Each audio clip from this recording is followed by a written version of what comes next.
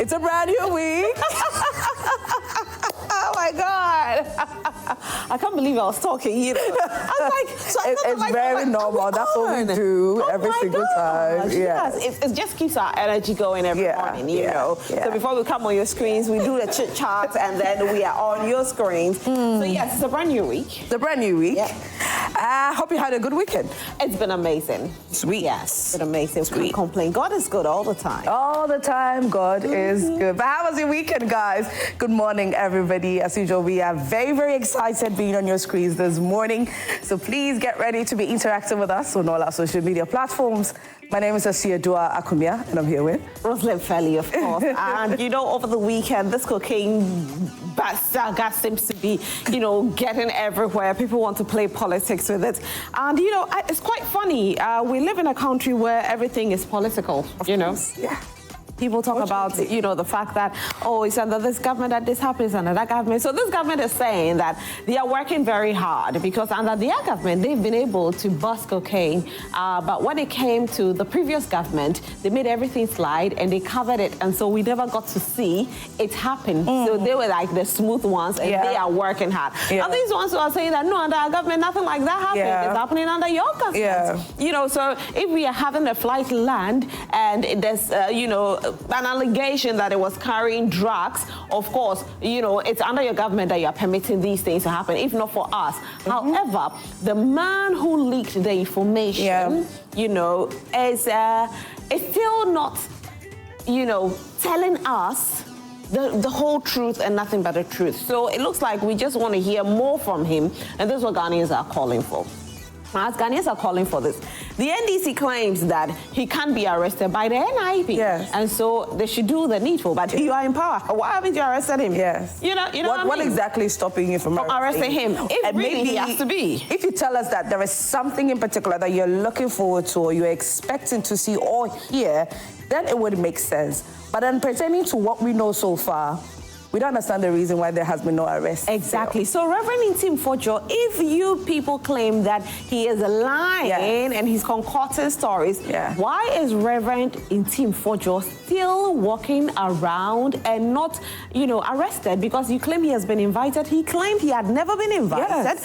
Now, if he's been invited and he hasn't been invited, the law will definitely have to get him arrested. But he hasn't been arrested. So what's going on? Are they playing tricks with the minds of Ghanaians? Now we are going to be delving into that conversation, and we are still on the conversation of Galamsey. Oh my goodness. All right, so the I don't know if I should say this is positive or this is where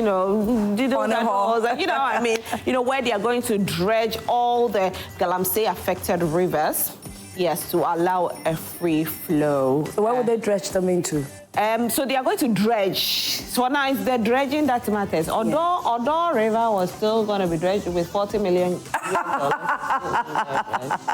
It was going to be turned into a recreational center. It's still there. Odo is still there. But what's up with that recreational center, by the way? It's still Odo. Odo recreational center. Hey, and it's when you pass by, that's not you know what I feel. You know what I'm thinking right now? Yeah. I think that we should start having political aspirations. Yes, because it looks like. Because you're to me, why yes, not? we can. Oh, why not? So we'll talk about that as well. Let's see if this particular promise from this political party. Now, with Odo one, it wasn't under this regime. It was under the previous regime. And so let's see if they will be able to do what they say they will do, or it will be one of those political conversations that happens all the time. So our fingers are crossed. We're still going to be fighting Galamsey together. We can do it together. And of course, the Interior Minister is also saying that if they arrest persons who are not Ghanaians and they are found guilty of Galamsey crimes, they will be deported, not prosecuted here. Want to hear your thoughts on all these? Not like Aisha Wang. No, so you'll be sent back to your country. The country will not waste its resources on prosecuting you and all of that. No, go back to your country and go and deal with whatever you want to deal with it. But if you're Ghanaian, you'll be prosecuted. Yeah. So let's hear your thoughts on all the things we're going to be discussing this morning. So you can send your messages to us on 0551575757. 055-157-5757, and let's get talking. I mean, I will always say this, that it's still early on into the year, into a brand new regime when it comes to this particular government. And so let's hope and see that whatever promises and how things look like they are doing, they are working, in the long run, we will see it manifesting greatly and positively for the betterment of the nation Ghana. And so, like Wesley said, fingers crossed. Anyways, all right, afterwards, I'll be bringing you trending stories. Over the weekend, so many stories trending on social media. And so we'll be getting into that those stories that massively trended on social media. I can't wait to bring that to you. And there's also an opportunity for you to send in your birthdays. If you have a birthday celebrating his or her birthday today, please send it to our WhatsApp number 055-157-5757, and I will definitely celebrate them. If you bring them during What's Trending segment, I wouldn't be able to celebrate them. So please, let it be way before trending segment so we can celebrate them accordingly. Now, talking about that, Nathaniel Atto will also be here to take us into the world of sports, and so you have to stay glued to your television set. It's a Monday, and there's Women in Business. There's definitely Women in Business, where a young woman is doing amazingly well in the world of STEM. You know, STEM has become the new ish. Yep. It's the new thing in town, and I mean, I love the fact that this young woman is highly, she's moved by wanting to impact children, wanting to educate children, wanting them to have a hands-on sort of activity when it comes to STEM. And it also helps in the brain development and all of that. And so I can't wait to be seated with her during Women in Business. So she tells us all about, you know, developing the child when it comes to STEM. It's doing massively well here in Ghana. And so, yeah, if you have a child or you are interested in your child being a part of STEM. If you are wondering what STEM is, don't worry. When we get into the What's Trending segment, you will definitely get to know what it is. But quite a number of you already know what it is. And so, yeah, we can't wait to get into that conversation. Yep, we need you to stick and stay with us from now all the way to 10 a.m. But let's take our proverb of the day. I was going to say Africa. Maybe we do have what? Today we are going to what? Cameroon again? I don't know. What do we have? Okay. Okay, so what we have is the past is your head, but the future is in your hands. The past is your head, but the future is in your hands. Okay. Well, the past is your head. Well, the future is in your hands. Yeah, the past is just a memory. Okay. It becomes a memory in your head. Yes. But the future is in your hands. What you do today will tell how your outcome will be tomorrow. That's so true. Anyway, this is how we start our morning show. We're giving you a great start to your day, of course. My name is Roslyn Fairley, and I am Esiadua Akubia. We do have a show for you guys. Do enjoy our motivational video of the day. Afterwards, Roslyn will be seated with our guest for Newsflash.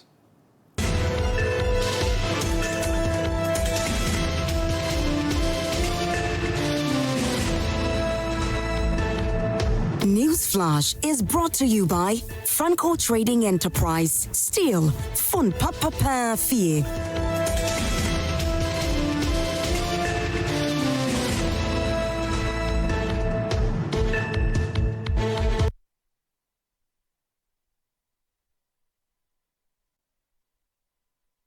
You're still watching Prime Morning. It's time for the News Flash segment. My name is Roslyn Fairley.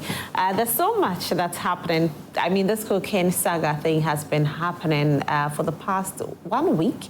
We are entering into the second week of it, where Reverend Ntim Fordjour, Member of Parliament for the NPP, alleged that a flight landed in Ghana carrying cocaine. Now, the president did say that there should be investigation into it. However, as it sits now, we haven't heard the report on it. So there's still investigations ongoing.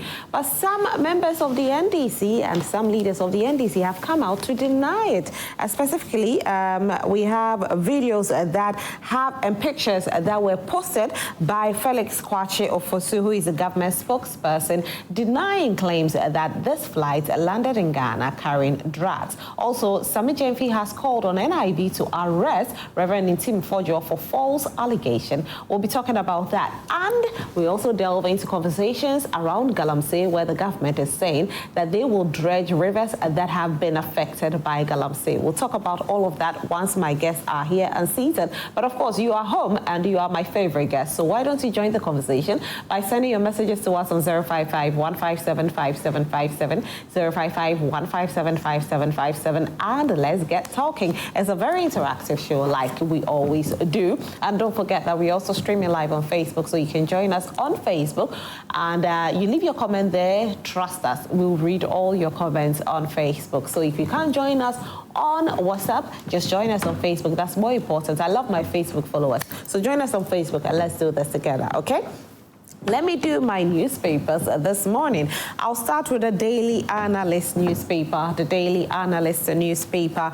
Power play at Ridge Hospital. Medical director under attack for fighting corruption. Why do we always do this in Ghana here? I mean, I remember a friend of mine who became a director in one hospital. I don't want to mention the name. And I met her. She was so sick. I asked her why. And she said, oh, she was under spiritual attack. As to whether it was true or not, I don't know. But she said she was under spiritual attack because she was trying to fight corruption when she was sent there. And so somebody said they were going to clear her. Unfortunately, she lost the fight, and so she's not alive anymore. But if people are fighting corruption, why do we always fight them? Yet we are the same people that are always fighting the government because of corruption. And so the corruption fight begins with us. If we can't fight ourselves for the corruption, we can't stop ourselves from corruption, then why do we even end up saying that we are going to fight the other people? Because in our own small corner, when somebody's trying to fight corruption, we fight the person physically and spiritually. This is just sad to see. Too sad to see this morning. Anyway, government denies to drug smuggling claims at Kotoka International Airport. Releases videos and pictures. And of course, I told you earlier that these pictures and videos are circulating on social media. We'll try and bring you the videos and the pictures so that you know what is going on. CDM mounts pressure on government to probe suspicious flights saga. And this is one of our topics for this morning. Good news for NHIS card holders. Service suspension called off by PHFAOG.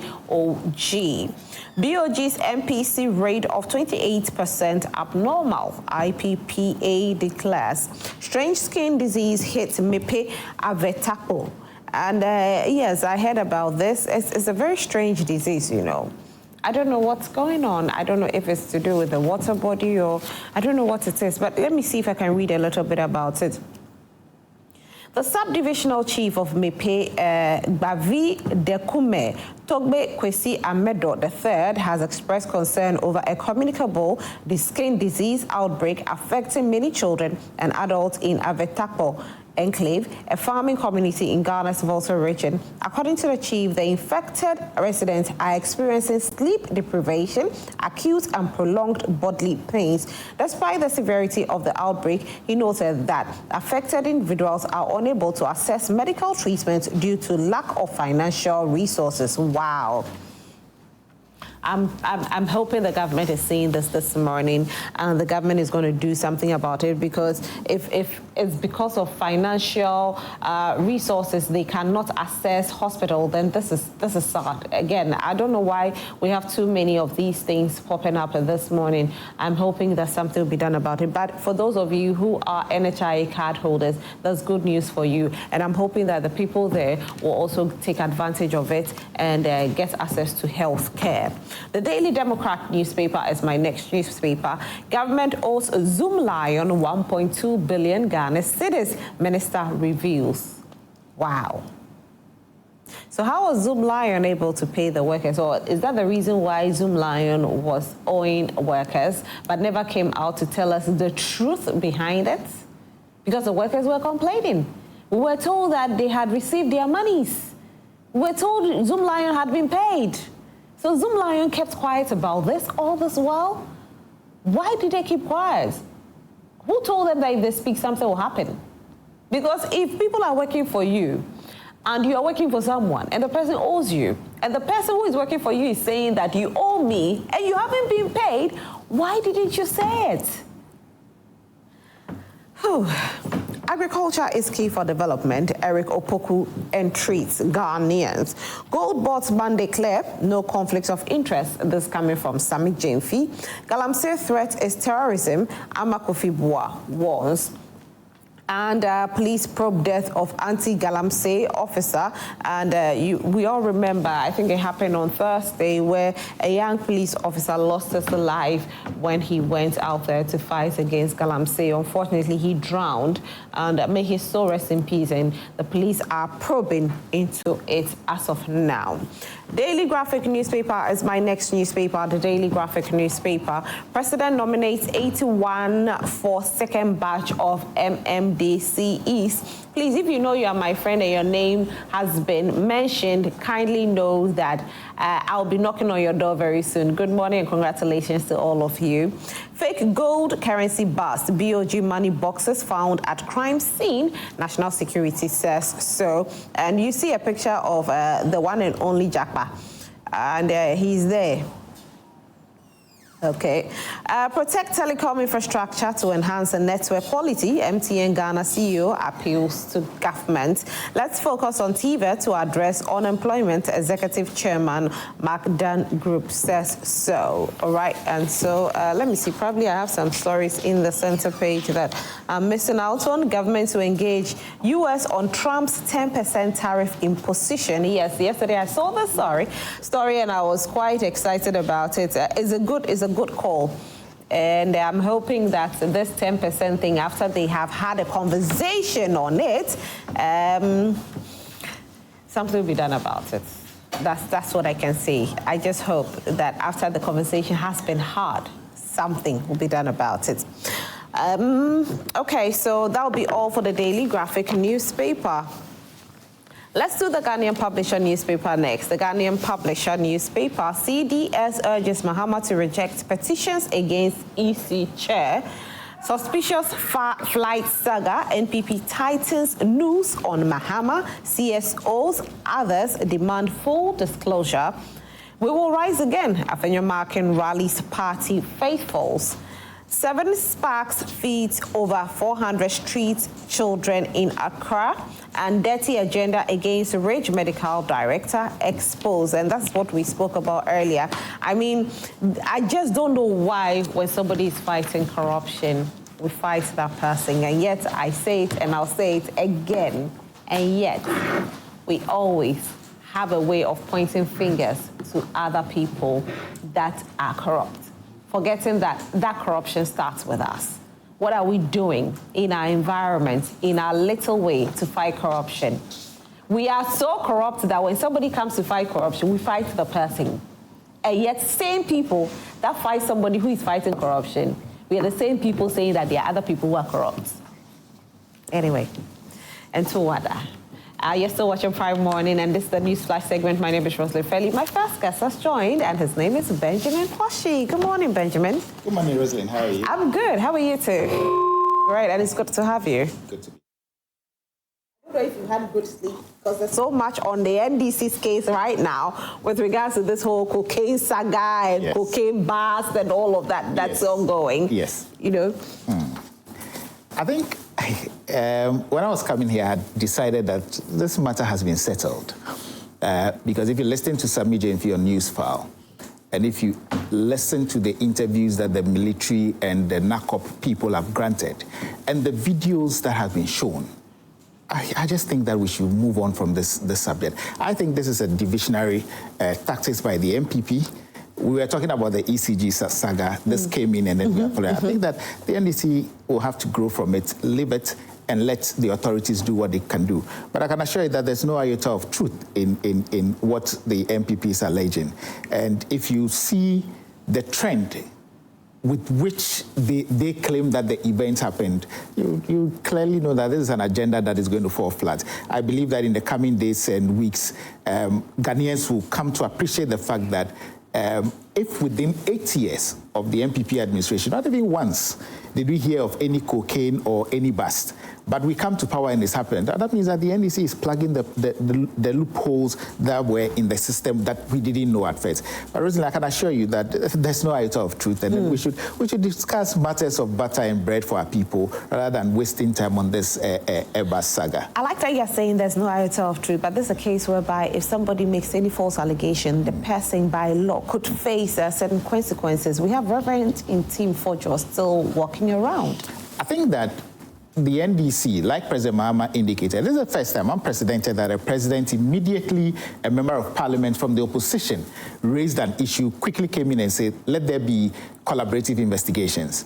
I think that the burden of proof on this whole saga lies on the Reverend Minister MP who made those allegations. I have heard many other lawyers indicate that he needs to prove what he says that is there. They said they had credible intel. They are not just speculating, but that credible intel should be over what they discuss with the security authorities. I know that Parliament or parliamentarians have a procedure within which you can be able to arrest a member of Parliament or invite a member of Parliament. I'm sure that the Attorney General will do what he has to do to ensure that he comes and helps the state if there's any iota of truth in it, so that we can plug the loopholes if there's any. But as of now, you don't think there's any iota of truth. So yesterday, when Felix Ofosu-Kwakye posted it on his social media page, there was a young man who also went ahead to go on AI and asked AI to explain what the picture said. And AI claims that, looking at the state of the picture, this is an old picture. I don't know if you saw it. Well, this is AI. Exactly. Of course, if you go into AI and you put out certain information, it wouldn't give you entirely accurate information. I think that they are just playing with the minds of the Ghanaian people. Felix has put out something credible. Instead of them accepting it and eating their humble pie, they still say no. So we'll move on from there. We have a country to govern, and for them, I think they are better than this because they are supposed to be a very relevant opposition towards us as we are in government. Vabawa says that the NDC has been a bit too slow in prosecuting people, and that is why the MPP has so much time to be able to lay in these allegations on you. I think it's very right in saying that, but again also, the truth of the matter is that the NDC is a government in power. So there are priorities. And I'm sure that after the report of the oral committee was given to the Minister of Attorney General and Minister of Justice, I'm sure that they are working on what they need to do. But I can assure you that they will face the law. Anybody that has dissipated public funds will face the law. We shouldn't worry about it. Vamawo should just relax. It's going to happen. So the time is not a factor here? It is. It is. Like I said, the Attorney General will have to come up with a watertight case to prosecute in court. We are not that type that will go to court without having the relevant information that we need to secure a conviction. So I'm sure that whatever it is, we are working on it. Well, if you do agree with what Benjamin Kwashi is saying, that there is no iota of truth in what has been alleged by Reverend Ntim Fordjour, he's on the NPP side, let's hear your voice this morning. Now, like I said earlier, Felix Ofosu-Kwakye has also brought out some pictures and videos on his social media page to let us know that these allegations are false. The flight did land in Ghana. However, after it landed in Ghana, there were some maintenance works that had to be done because they found some faults with the flight, and they did the works before they moved out of Ghana. They were in Ghana for 5 days. But the NPP says they were in Ghana for 5 days because they were smuggling cocaine and other illicit drugs. And CDM has also mounted pressure on government to probe into it. And this is what it says. The Center of Democratic Movement, CDM, has called on the Mahama-led administration to initiate an immediate, transparent and non-partisan investigation into the alleged suspicious flights that have sparked public concern. And let's take a listen to what he said.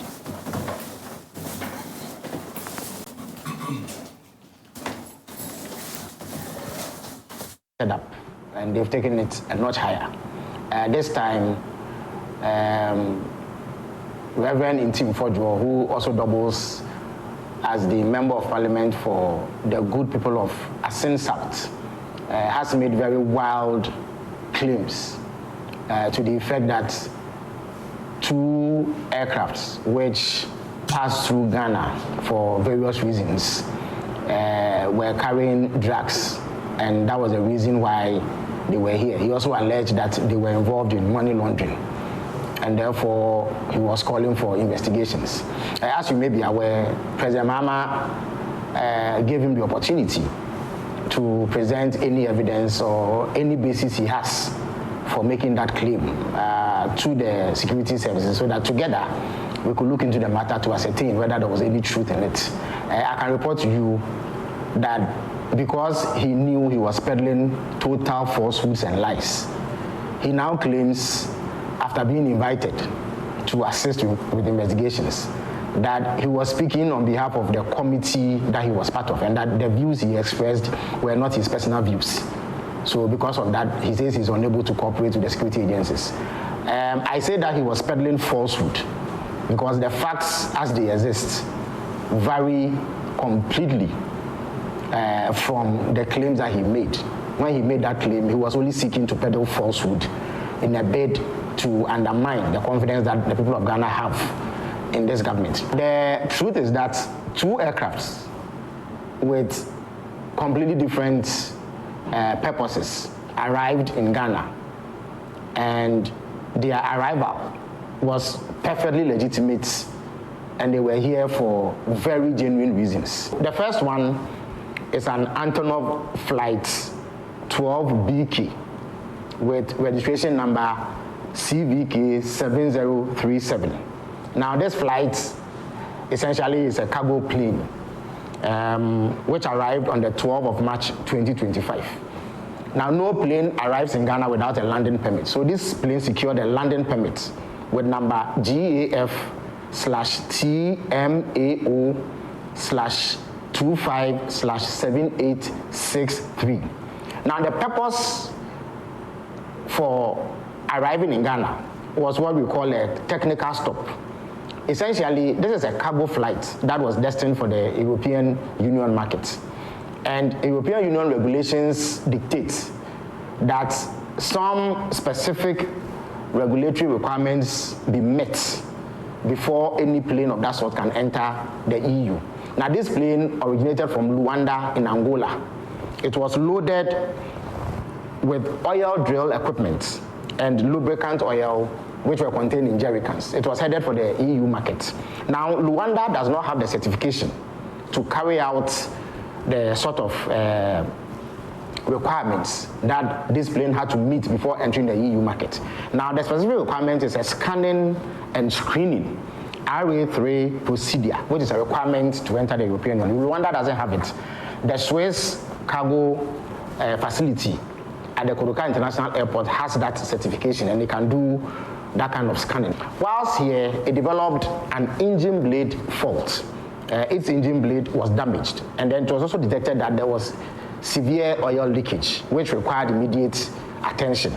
For that reason, a replacement aircraft, URCEZ, with registration number CVK 7007, was brought in to evacuate the cargo. The aircraft that was damaged remained here for 13 days. That is between 12 March and 25th March 2025. After it had been inspected by aviation security, officials of the Narcotic Control Commission, officials of National Security and National Intelligence Bureau, no contraband or unlawful commodities were found on the aircraft. Now the second aircraft in question is a Hawker 800 XP with registration number N823AM. Now this aircraft is operated by an organization called AirMed International, which is based in Birmingham, Alabama, in the United States of America. It operates as an air ambulance. Now, Air Medical International flights in Ghana are handled by Tropicana Airlines. Now, this plane landed in Ghana on 20th March from Gran Canaria, Las Palmas, Spain, having gone through Luanda in Angola. Now, it was also here for a technical stop, which is refueling and crew rest, which is perfectly legitimate activity. It was cleared to land in Ghana with clearance number GAF TWXR252604 OFAA 0297/25. Now, whilst it was landing in Ghana, it developed a tire burst and some difficulty with its landing gear, and therefore needed to remain here to be serviced. So another aircraft with registration number N864 arrived on 22nd March with ties and flight engineers from Luanda to replace the damaged ties of the aircraft. Now, once this was fixed, it departed the Kotoka International Airport on 25th March. The aircraft was once again inspected by officials of aviation security, officials of national security, officials of the National Intelligence Bureau, and NACOC, who made sure that it did not contain any unlawful substances, as alleged by Reverend Ntim Fordjour. So, in a nutshell, the claims of Ntim Fordjour are false. He cannot prove it. That is why he is running away from the investigative bodies. He is unable to provide any shred of evidence to back his claim. You are still watching Prime Morning. Of course, we heard from the government spokesperson, Felix Ofosu-Kwakye, with regards to what is happening with this whole cocaine and the flight saga. Nanaya Sapong, representing Movement for Change, has joined, and Honorable Ebenezer Nartey, who is representing the NPP this morning, has also joined. Good morning, gentlemen. Good morning. How are you? Good, yourself? I'm fine, thank you. And thank you so much for coming in this morning. It's been a while. No, you saw me last week, Monday. Oh, 7 days I'm back. Okay, all right. On that note, I agree. Yes. And you're looking beautiful as always. Thank you so much. It's by the grace of God. Yes, and by his mercies. We serve a living God. And because NDC is in power. Now add that one too. Oh, no, not at all. Her beauty, the grace upon her life has nothing to do with a political party. She's not on government's payroll. Yeah, but she and does you don't take care of her. freely without being gagged. No, she has always lived a free life. Oh, okay. And even an MPP. I mean, if you know your worth and you know your rights and you have a God on your side, not even an oppressor can intimidate you. I have never been intimidated in life. No, not at all. Not at all. All right. Okay, so on that note... Not even Trump. Honorable Ebenezer Nartey, good morning to you too. Good morning, Rosalind. I hope you are doing well. I'm well, very well. I thank God for the life of all of us. Amen. And there's a verse in the Bible. It says, "For me to live is Christ, and to die is gain." Yesterday, around 4 or 5 thereabouts, I was going to the barbering shop. But I was using my children's car. So the driver, I don't know the station that he puts the radio. Then I heard the DJ saying that, "Oh, I started in 1998, but DJ Awana started in 2000. And then so I was like, So I quickly sent Dominic a message that, is it true? In fact, I was very, very sad. I think 2 weeks ago after I've left here, I went there and there's a lady there that were Nanaya's friend. We're even teasing her that she doesn't know how to speak Ga. So we're even teasing. Then somebody will say something in Ghana, so say after me. And so I was like, what is really happening? So when you wake up in the morning, the only thing that you have to do is to thank God. Yeah. And that's one thing I always say, that in one way or the other, God has not been fair to us. That He have hid the date, the time, and then the hour that He will call us. But in some instances, you have to also understand, if He have told you, Rosalie, that today is your day, a day before, you try that you carry the whole country on your head, because you know the next day I'll not be there. So when we wake up in the morning, we just have to thank God for our life. And I pray that the good Lord will give all of us the strength and then good life. But all the compliment that Naya is giving, I will have to inform my disappointed presidential candidate. It's a long time that I set eyes on him.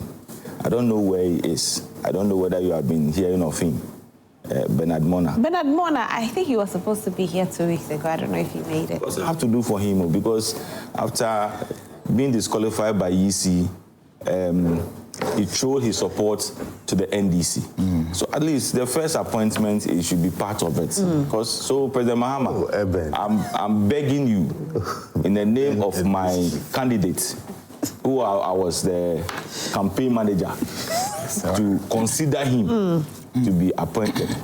But if I'm asking for Bernard Mona, the other people too have still not heard of their names. Kuku Buahi, Naziru Mohammed, and all those things. And then, sorry to the NDC. I don't know if that one too is true. Sampiale. Yes. Yes. Oh, had it last night. Yeah. I saw it this dawn, and I was shocked. The last time I saw him was myself and him on TV at UTV. No, TV3, Media General. Right. Okay. And we just had, he has this funny way of doing. We went out there and everybody was around me. I saw. I was like, he was full of life. Yeah, he was. You see, when you go on set with him, despite the politics, when you finish, honestly, he will talk to you, Massa. And he speaks good fancy. I like this man. May he so rest in peace. Amen. And I know the NDC have lost a very great. I think he's in charge of the. He led the professional. And it was a beautiful thing he did for the NDC, putting together the professionals. He did well. He did extremely well. It's sad. And during the campaign, he had a team that was also going around. Yes. After the president and they. I think recently they wanted to even organize a program. Yes. And then it was postponed. I think about 3 weeks ago. Yes, 3 weeks ago. Yes. So anyway, may their souls rest in peace. Amen. Now we have to talk about what is happening in Ghana as well. And so it's quite a heavy morning, I must say. Yeah. It's very heavy because, Month of April. Yeah, I don't know. God knows best. Yeah, absolutely. God knows best. So you have seen the government spokesperson's video on this whole cocaine and the aircraft saga. What's your take on what he said? Yeah, thank you very much, Wayne, and good morning once again to our lovely viewers. I am part of you now, so yes, it's just love with the fact that you have to roll me up on your salary payroll. Kwesitrum is watching us. No, very well, sir. So, sir, I would be waiting to send my details. And it's an interesting happening. I have still not been able to digest very well the issues. Why? Because there are so many of the storylines. There are so many of the explanations. And I have asked myself countless times, is this a national security matter? Is this something that ought to be looked at? Have they actually considered the effects of the many explanations and public display on our international relations? Have they looked at the effect on foreign investments? Have they looked at what the narrations, the negative impact the narrations has on us as a country? Listen, these are not matters that should be in the public domain, first of all. These are not matters that should come for us to discuss at this level and on this table. This is a very serious national security matter. This is a very serious national security matter. And so if we would have a member of the select committee on defense, I think it's defense and what? He's a ranking member. Ranking member. Defense and interior. Defense and interior. Yes. I do not even want to say he's a ranking member. Let's assume that he's just an ordinary member of the committee. It means that he's privy to insider information, whether we like it or not. He's privy to what you people call the radio issues, coded information that myself and you would never have access to. This means that he has the privilege of direct access even to the president.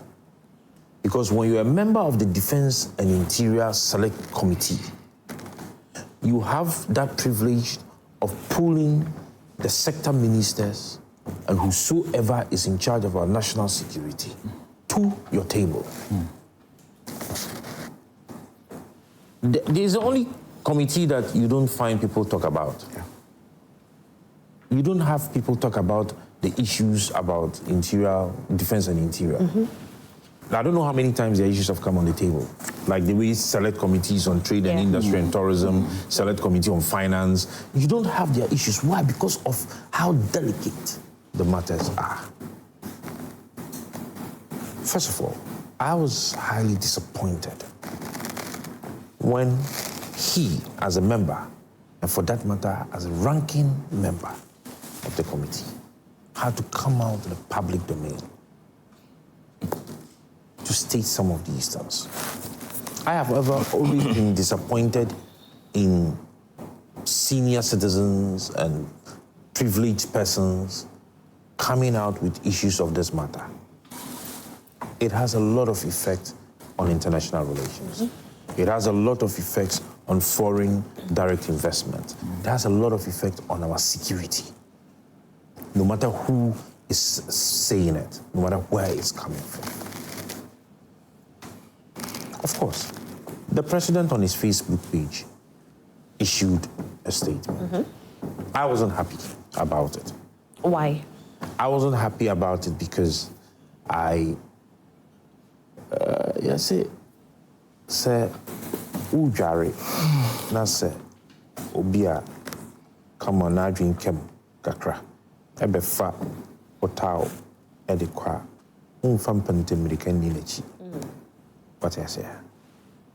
But of course, you can't blame the president because the gentleman went out public and he's the commander-in-chief of the Ghana Armed Forces. Our security and everything is in his hands. So more or less, he was being accused. So then he had to also come out to also say something publicly and also to call for investigations. But I think that we could have done it in a better way. The brouhaha going on TV from Saturday and you know, the level of discourse and all those things, to me, is not of importance. The matters are very straightforward. I do not think that there would be a plane, whatever it is, a private jet, Medijet, that will land in Ghana. That will land in Ghana without its details. Ghana having the details of it. Could it be that we've had it before, and that's why Sami Kamba. Okay.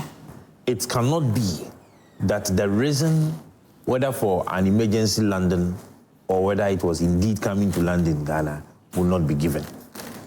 You understand? Recently, a friend of mine was involved in a private jet issue in Nigeria. I don't know if you heard there was almost a nearly crashed private jet in Nigeria somewhere last month. Okay. Okay, he was the only person on board.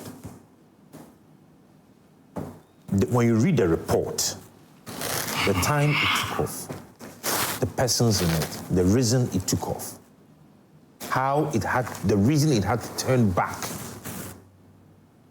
and every single detail is in that report. So it tells me, who has had the opportunity to read such a report, you cannot have any plane in your airspace landing in your airport without these details. There are bad people, we agree. No, there are cartels that operate with these things, we agree.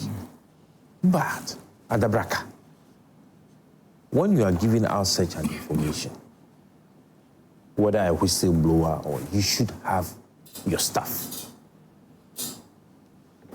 you should be able to have all of these details on your fingertips, especially when you have come public and you know that you'll be scrutinized. You can't once you are out, you're out. So once it's mentioned, give us the details. Right. You understand me? I think that our people in leadership, whether the legislator, whether the executive, whether the judiciary, I don't know, but I would beg to use this phrase that I think that they need some level of orientation. Judiciary? Oh, that's it. The judiciary, the legislature, the executive. I think that they need some level of orientation on what level or what kind of information they should let out. Okay, and where? And the platforms they should use. Politics. We shouldn't play politics with everything. You want to be a hero at the detriment of Ghana? Are you saying Reverend Ntim Fordjour has lied? And as I said, I've not digested the matter as well because there's so much noise in the air. Okay. But whether or not he has lied or he has told the truth, once they are out and we Ghanaians are watching, they should give us the details of the matter. There's so much noise and he should be arrested and he's saying he has also said the truth. Where are the technical guys? Can't the transport minister instruct the section or the department that is responsible for our aviation to give us the details of this? All right. So for you, you would wish that you have the proof that, okay, Reverend Ntim Fordjour can show us, okay, these are the documents that proves that the flight had the cocaine or the other drugs he claims, right? Yes. Okay. I mean, if it's a whistleblower. Okay. All right. See, before you become a whistleblower, it means that you know what you're talking about and you know and you have the facts of the matter. Okay. Nana, because this is a very serious allegation. Okay. Let me go to Ebenezer. Ebenezer, and this allegation is coming from your camp. President, let me say good morning once again to our viewers and to my colleague panelists as well. For me, Fordjour is someone I respect a lot. As a personal friend. But yesterday we had a lengthy chat about this issue because I want to get details about it. Right. I will be extremely surprised, very surprised, that if he has no facts, he will not come and make or lead the committee to do a press conference. Okay. And now he's saying that there was no details. I don't know whether he had opportunity to get a copy of his press conference statement. He stated the time the plane arrived in this country, the dates, in fact, everything about it. He spelled it out. Everything. He arrived at this time, he moved at this time, they did this, they did this. It gives all the information that's needed to be given. The first person to comment on this issue is no other person than John Mahama, the president. Tweet on this page and calling on the security agencies to deal with the matter. Rosalie, let me ask you, let's be honest and sincere with ourselves. Have you heard that the security agencies have started work on this issue? Fordjour, yesterday I asked him on 2 occasions, has the security agencies written to you, inviting you to come and give them evidence about the thing that he said? He said no. Because he's a parliamentarian. Oh. There are processes in inviting. Because he's a parliamentarian, right? Parliamentarian, honorable. Okay. Let me land. Oh, okay. If you want to invite him, yes, you have a privilege. Okay. Recently, the speaker through Jetro have written to the NIB to invite, to come and meet, what is the name? A+ and that of Yusuf. Yes, yes. And that if you want to meet them, he should really come and meet them in Parliament. So what stop is that? Why can't they do the same thing by writing to Fordjour that, yes, this is a very important issue. We are talking about drugs. We are talking about money laundering. And I think personally that the government needs to take an urgent. I mean, before the election of the speaker, President Mahama has already ordered his people to vote for Bagwe. So can't President Mahama call Bagwe and tell him that, no, this one is an urgent thing. We want to meet this guy to give us this information. What stopped the president to doing it? Apart from that. But let me ask you this. So you are asking if they are doing this, any ongoing investigation. If there wasn't, I don't think they would have been able to put out things. Yes. Oh, please. The video. When did Felix get this video? Is it not out of the... No, when did he got this video? When? Well, he posted it yesterday. No, when did he? Look, I'm just saying. When the president has called for investigation, that same time, the same Felix has come to rubbish the issue. When the president has called for investigation about this matter, the one that you are working for has called for investigation, then you come and say that all the things that Fordjour is saying is not true. So what are you talking about? So if you go somewhere, go and bring this video. When did he took this video? Or the people took the video and gave it to him? They come and tell us the story. Please. Apart from the airport one, he also raised an issue about Sapema, where you say, oh, we have 20-footer container, 12. Then their rebel leader, Japa, went with this and what has happened to it. Have you heard anything about it after?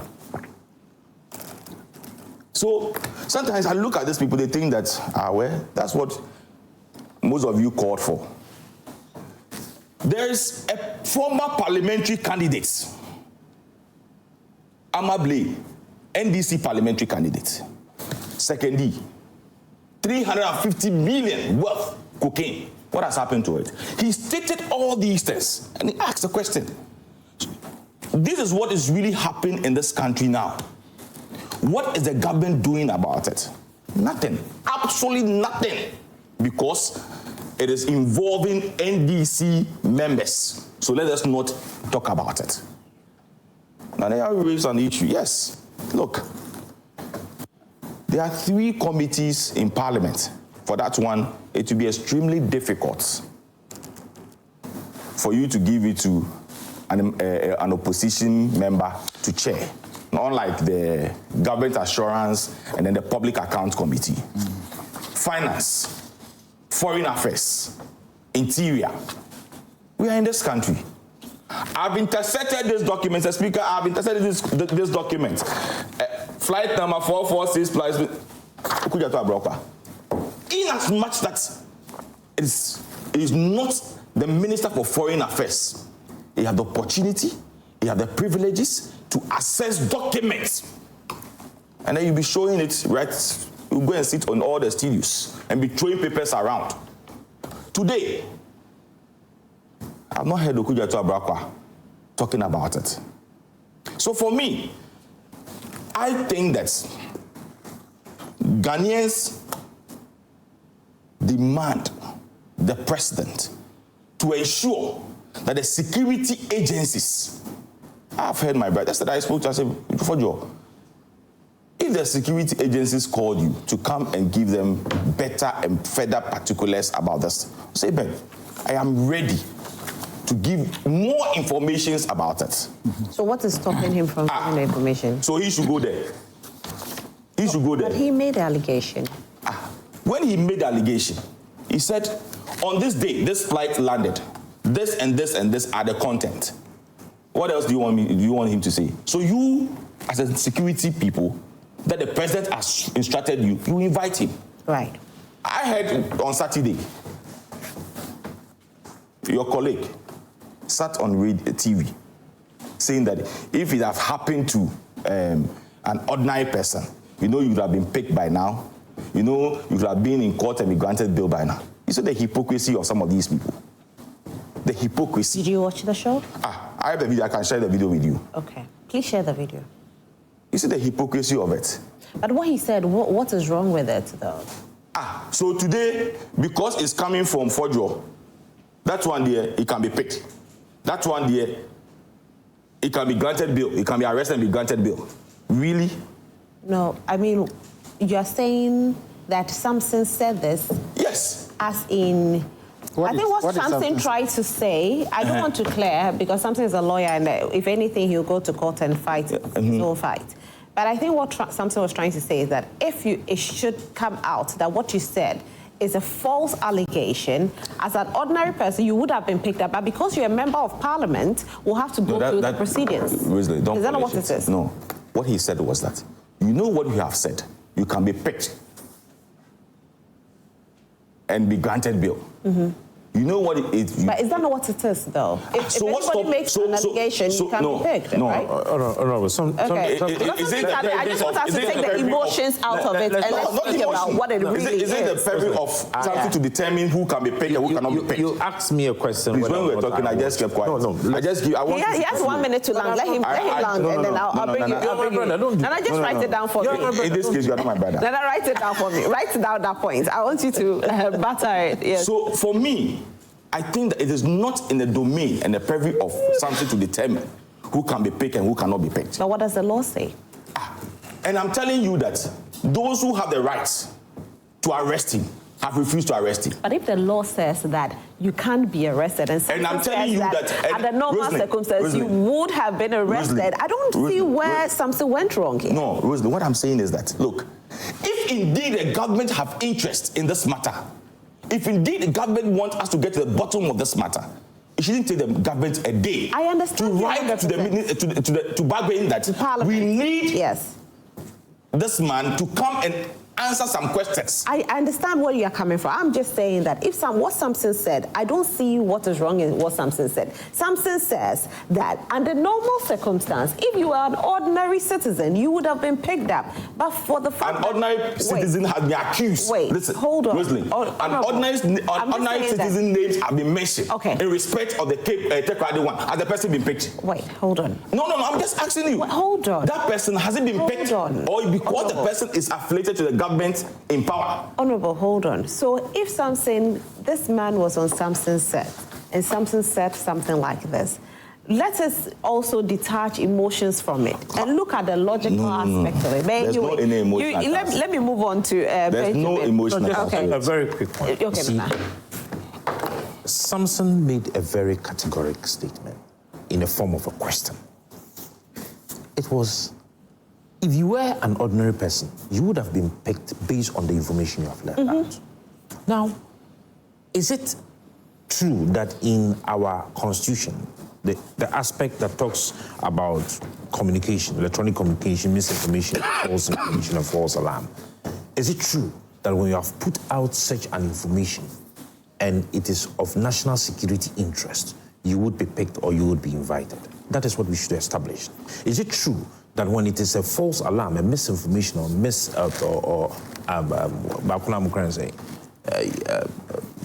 there is a third one I have forgotten. Is it true that you could have been arrested and put before the court and be granted bail, for that matter, given opportunity to provide further and better particulars? And if these answers to these questions are true, then he could have been picked. But he wasn't, because he's hiding or being shielded by the privileges as an MP.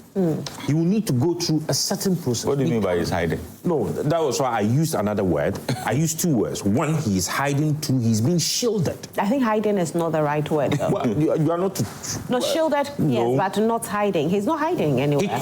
His intent could have been that he's hiding under those privileges. No, but I mean, just Friday, somebody like A+ was, you know, the parliament actually granted that. Yes, but he could have been hiding. No, but it's not hiding. Hiding in what way? Hiding is the wrong word. Hiding means that he has been invited and he has been refused to go. Hiding is the wrong word. There's no hiding. Let's accept it's all over. I mean, can you treat them and see? Can you treat? Now, he's granting interviews left, right, center. Don't. I used two. Yeah, but you still, whether you do two and one is wrong, let's accept that the other one is wrong. It's my opinion, but it's wrong. Hiding. And I'm saying that he could have been hiding or being shielded. He's not hiding. He's being. You can say he could have been shielded, but not hiding. Well, so that is what I'm saying. You understand? Under the privileges of being an MP. And there is a process to go through it. What is here?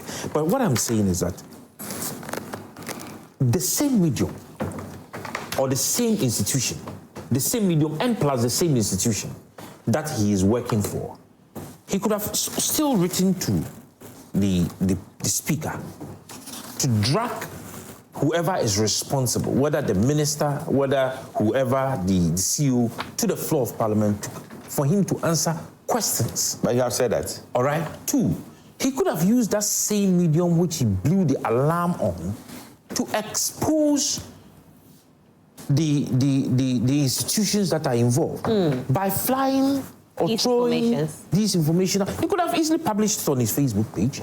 He's already out there.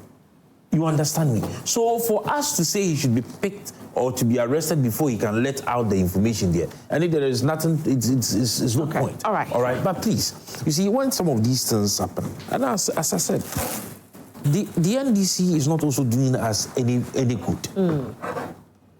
They are not What do you expect from the NDC? The gentleman has made his statements. Now, if he is refusing to give us out the information, there are procedures you ought to trigger to make him give us the information he has. That is what matters to Ghanaians, not the political gimmicks. You understand? If there are procedures to pull him as an MP to ensure that he gives... Have you forgotten about somebody proposing chemical interrogation in this country? Urevi. If it is of importance to us, and we ought to be able to trigger certain procedures, let us trigger it. Nobody is more than a citizen. Okay, right.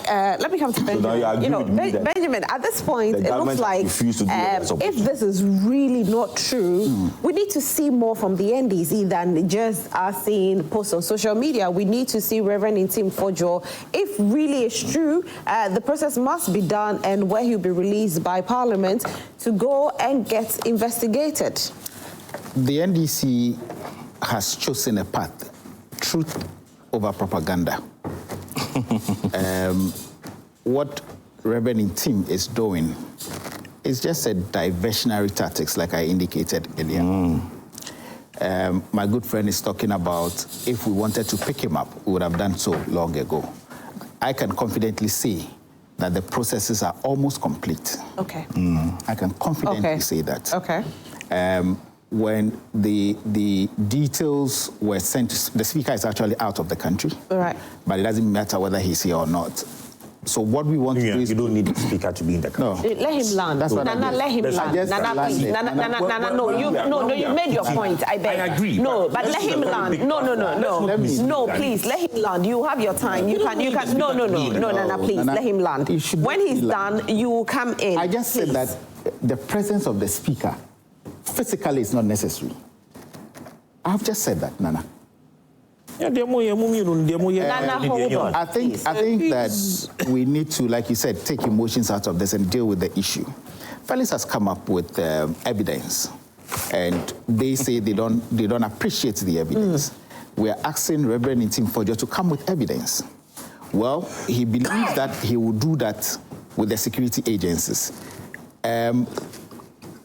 What I believe is that if he's a true citizen and is not playing that propaganda role, Ghanaians in the coming days will realize whether he's being truthful or he's just saying what he's saying for political gimmick's sake. My good friend said he spoke to him and he indicated that he has more, or he's willing to coordinate or to cooperate with the investigating authorities. I think that it's a step in the right direction. The difference between Ntim Fordjour and Okudzeto Ablakwa, where I heard him trying to compare, is that Okudzeto has always had facts that you cannot refute. I think the Reverend jumped in going to the press and doing what he did. We were in this country. When he's talking about Takrady, there's an NDC MP, blah, blah, blah. We were in this country. A sitting member of parliament was arrested and jailed for carrying cocaine. Are we doing the equalization here? Is it the equalization that we did? He was arrested and jailed. He knows it. A sitting MP. He's talking about parliamentary candidate. But when a sitting MP under your administration was arrested with cocaine, what did you say? It is not right to do illicit drugs, we understand. But take out the propaganda and let's talk the issues. Because you see, what the MPP is doing, in as much as Ghanaians, majority of them, have come to accept that it is just him putting out allegations left, right, center. What they are doing is to put the country on a warpath with a lot of agencies outside the country. Because for them, because they are in opposition, we said when you are in opposition, be a responsible opposition. Not just what they are doing. Because what they are doing will not only affect them or the NDC, it is going to affect the whole of Ghana. Rosalind, you know, when you listen to Reverend Ntim Fordjour, I've stated that he makes his point very clearly, but you can see that the emotions that he has attached to this is what is making everybody feel that he's not ready to cooperate with the security agencies. On that program, Newsfile, what did something say wrong? He says something said something wrong. Reverend even left the show. No. Claiming that he says he didn't leave. Claiming that I'm yet to watch the show. you know, No. not even that. He did not, something. he did not leave the show. Something. Hold on. And on several occasions, Joy will say that, oh, we are starting this. When you get to this, no, I'm just giving an example. When you get to this segment, this person will come in. You have invited him for a particular segment. He has done with it. You went on break and he left. So what is the news about he leaving the Wait, studio? hold on, Honorable. So, President, let me make my point. Yes. So I will get to the bottom of it because our producers are still in house. Yes. And so, whoever is. Wait, hold on. When he gets the main point that he wanted to do, don't worry. I don't know. That's what I'm saying, and I'll state it categorically. I watched the program. Wait. He didn't. So I don't know exactly what happened. But the mood in which I'm saying, he left was what people are talking about. I don't know whether he did or he didn't. It is two sides to the story. Luckily, I'm in the house. Exactly. Luckily, the producer is in the house. Yes. I will find out as to whether he walked out or he didn't. It will clear the air on it. Thank you. The producer is even standing in the corridor here. Reverend I saw him this Ntim Fordjour. Okay. Please make your point. Reverend Ntim Fordjour accused Samson about reading text messages, claiming that those were cooked text messages. A member of parliament saying those are cooked messages that the host of the show was reading out to the public. You take such a person seriously? Oh, really?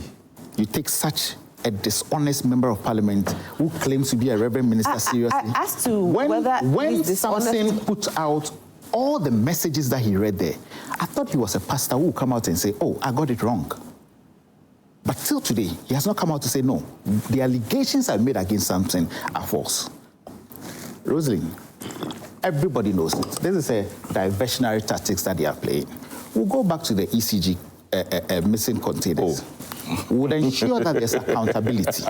They won't run away from it. Today, they are apostles of justice. But just yesterday, they were the worst government in our republic. So, Rosalind, these are procedural matters. These are issues that the party and the president, for the first time, the statement the president came to make on his Facebook page.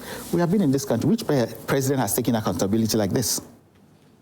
President Mahama says it should be investigated, and I am aware that the Attorney General is working on it, and other security agencies are also helping. Okay, fantastic. We'll read a few messages that have come in. Yes, you please go ahead and make your point. Make your point, then I'll just read it. I'll just say that people should continue sending their messages. I'll be reading their messages right after this. Not book messages, right? We don't cook. So this is multimedia. I just want everybody to know that this is multimedia. And here at multimedia, we don't cook up our messages. We don't do that. But you know what? If you try it here, aside him being all of that, in this house, if you try anything like that, you will be sacked. I'm telling you, it's a fact. You can't do that. But you said it. You can't. No. Our bosses are too strict We don't do that. So if we don't book any messages here, it's not allowed. It's The not permitted. personality involved is that which matters to me, not even how you go about things. No, but it's not done. Massa. To do that. You are talking too much. Yes. When it's not your Let Eben make his point. Eben, please make your point so that I can read some messages. Yes. My brother is saying that we're in this country where a sitting member of parliament, was arrested and was jailed. At that time, who was in government? Does it matter? No, I'm asking you, who was in government at that time? Doesn't matter. The same party that he represents in parliament was in government. Yes, and he was not arrested. Today, a parliamentary candidate, not a member of parliament, who will be shielded, or will be running away, or will be hiding, quoted than I am. A parliamentary candidate who lost and is not a member of parliament and not being protected by the constitution or the privileges of parliament is walking free. So if you use that one, then my brother, you are stepping on a tight bond. Not true. Because this is somebody you can easily arrested and investigate and find out whether indeed the said cocaine, which is being labeled against him, whether it is true or not. Integrity is very important. I stand to be corrected. I have not heard the same person coming to rubbish the thing that has been labeled against him. I have not heard it. The parliamentary candidate. I have not heard it. I stand to be corrected. What's his name? Amable. Okay. I have not heard him. Unless maybe he has and I have not heard it. If he has, fine. But I have not heard it. I have not heard a party in which he contested and today they are in government coming out to talk about it. And I gave you another example that Fordjour gave. That we're in this country just about 3 months ago or 2 months ago. Reebok's car at Sapema showing you to a state. I don't know which of the media houses was not invited for that trip. What has happened to it? Since the day they made that video available for all of us, has there been any information about what happened at Sapema? Oh, we have found this gold, we have found this money, we have found... What has happened to those things? So today, if you come back and tell me that, oh, all what Fordjour is saying is not the truth, is this. The one that you yourself, have sent media to it, to investigate, to come out with it, you are not even telling us Ghanaians. So it's just conclude our people are saying that yes, you don't have money again, so the only source is to start doing money laundering and drug trafficking and all these things. Who doesn't have money again? The NDC party. Okay, so I'll read a few messages that have come in. I'm not landed though. It is Rosemary who is interjecting me with this. All right, let me read a few messages because, you know, my people at home are so dear to me and they are part of the conversation. Sometimes I wish they were also seated here. So if they have the opportunity to send the messages, they mean so much. Good morning, Rosemary. Invite all of them to come one day. I know, right? I have to. Good morning, Roslyn. It's not surprising to you that the rate at which government officials are heavily denying this cocaine saga. Listen to Tommy Jeffy last Saturday on Newsfile, and the way he was jittering during the show only tells me one thing. It's not also surprising to you that almost $500 million worth of cocaine has been busted in this country within the last 3 months. My question is very simple. Whom are they trying to cover? Amino is a woman, okay? I think this is a birthday message. I know, right? Now I didn't see it, so you have to let him come back. I didn't see the birthday person. 3 months in government, cocaine everywhere. Sad for Mother Ghana Adams from Northern Region, Tamale. Good morning, Madam Host. Just only 3 months in office, cocaine scandal, money laundering, etc. NDC and President Mahama once said is setting Ghana for drug trafficking. We, the Ghanaian youth, have made a big mistake for voting for them. We are waiting for 25 economy for job creation. NDC never again. 2020 2028. Besai Komla Matthias Jasikan. Good morning to you, Madam Roslyn Felly, and to your guests. Madam, it's too early for this pure lies and propaganda from NPP side. Ghanaians are still recovering from their mismanagement, corrupt and loot and share what governs that they put the whole of the nation through for 8 good years. And just for 3 months to 4 months in opposition, they are now coming out to deceive us with their usual fabricated lies just to look good in the eyes of Ghanaians. Please, Ghanaians should be aware of these people. They can even plant cocaine, they can hire killers, they can even train their members to be, oh, come on, they can't train their members to be armed robbers, they can't be killing people. Sometimes, some of your messages, I beg you, this is a little bit too much, okay? Sumani, this one, I won't continue reading it. Next time, please, don't be sending such messages. I'm sorry. Good morning, Joy Prime and Roslyn. I just didn't like what happened on Newsfile last Saturday. Why should a host allow Sammy Jenfi to be using such unprintable, uncivilized and insults on Reverend Ntim Fordjour? Why shouldn't the security apparatus take up the investigation and come out with credible information? Is it not too early for the government's communicators jumping at conclusions and denial? Let's allow state institutions to work. In every rumor, there's always a bit of truth. We know what people can do to amass wealth, so let's not downplay such information, whether credible or incredible. Emmanuel M.E.K. Gonyuin. Okay, good morning, beautiful. Please, has Bernard Mona been given a position? Kwesi Jonathan from Gambia. No, Kwesi, not yet. Let's see if you'll be given. Even NDC people are still fighting for positions. Haji Hamza from Pig Farm says, good morning, Roslyn. I totally agree with the Minister of Interior saying that all regional and district police commanders in mining areas must be removed and transferred to other areas. In my humble opinion, it is in the right direction and smart. Government should also, as a matter of urgency, repeal the LI 2462 to put a ban in the mining areas. I also think that state of emergency should be declared in mining areas because what is happening in our forest reserves and water bodies is acts of terrorism against the state. And for that matter, these galamseyers should not be treated with kit gloves. But I disagree with the Interior Minister saying that all those foreigners arrested in mining areas will be deported, but Ghanaians involved in galamsey will be prosecuted. Foreigners who engage themselves in galamsey should be arrested and prosecuted and deported to their various countries. We cannot afford to fail in the fight against galamsey in this country, but the least said about Ntim Fordjour, the better. Is all about much ado about nothing. He who alleges must prove. Good morning, Roslyn. I'm pleading with the NIB to invite Reverend Ntim Fordjour for an investigation. Thank you, Solomon Zenu, Martin Luther. Master Roman Tuna Sola Kalba.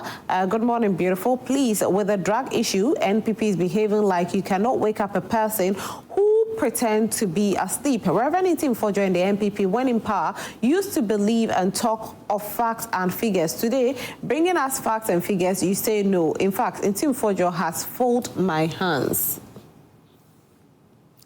Musa Abatwa from Asawase, Reverend Ntim Fordjour has absolutely no evidence to support his claims and is merely spreading false information to incite fear and panic.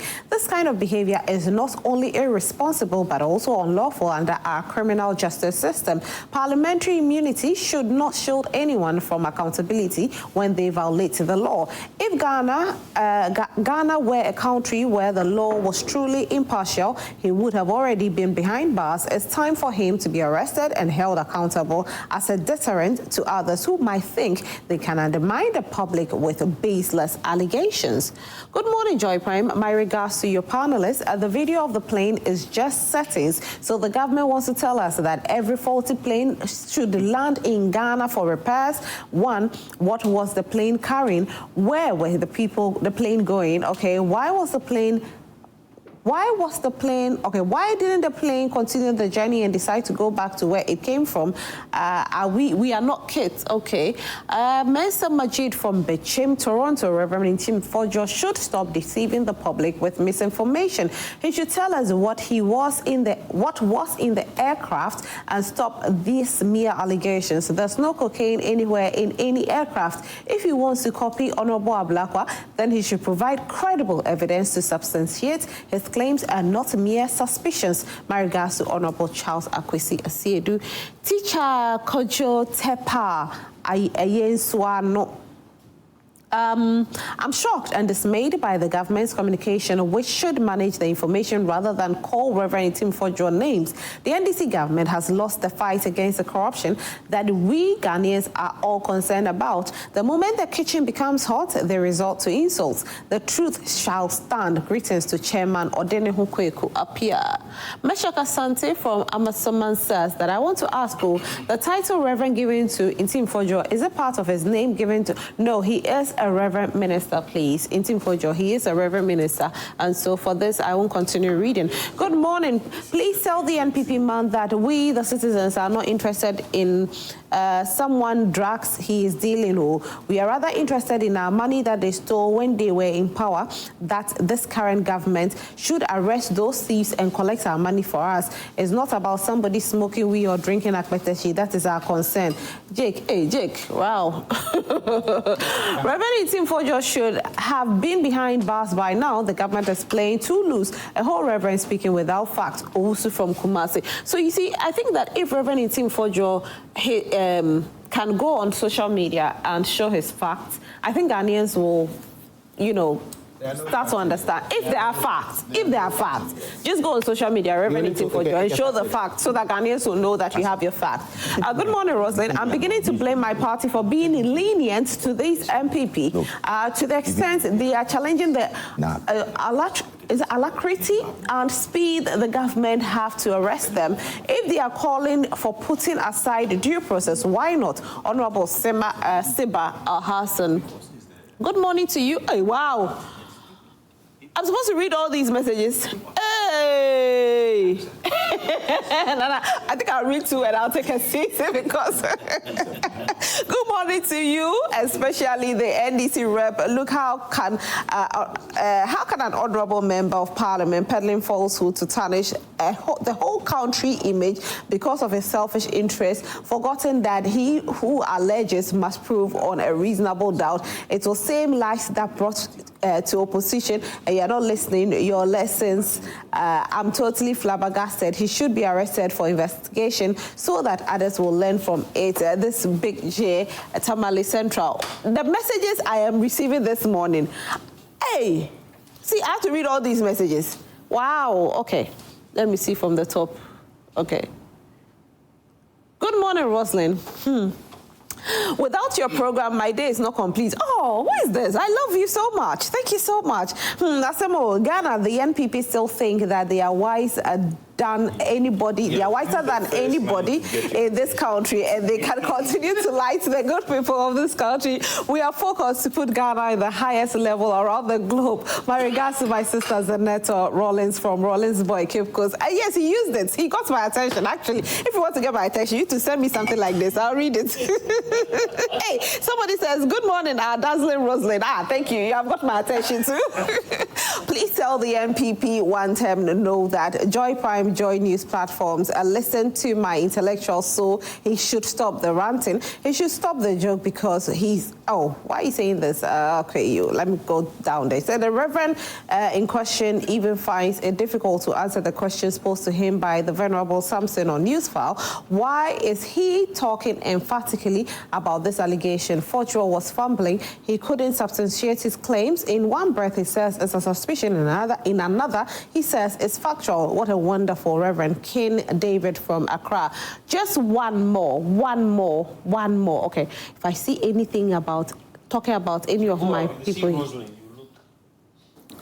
I got one here. Good morning, beautiful Rosalind. Nyaku Emmanuel from Echemedu says, Reverend Ntim Fordjour just wants to mimic Honorable Kujetu, but the difference between his ways and Honorable Kujetu is his lack of clarity. Warm greetings to Honorable Emmanuel Kwame Frimpong, MCE designate, and Honorable MP Charles Akwesi Esiedu. All right, so let me come back and have a conversation. This is a very, very thick conversation. I don't know if I should move on from this topic and go to the next topic, or I should still stick here because it looks like people are very interested in it. I sent you a preliminary report on an aircraft issue, the private jet I was talking about that happened in Nigeria. Right. Now, if you look at how the report is written, it contains every single detail that the history of the flight and all. Right. And everything that was on board. See, because these companies that operate these private jets, if any country raises a dent, it affects your operations in other jurisdictions. You understand? Yeah. So if indeed we do have a suspicion and would have facts to back our suspicions that it was used to do any other rather than the purpose for which it was said to have come into our airspace, then we have a case. And so we would plead. And that's why I'm saying that we should go beyond the political discourse and deal with the issues of the matter. Our security apparatus that are investigating this issue should not come and tell us that because it is of national security interest, they are no longer going to put the information out. The information is out there already.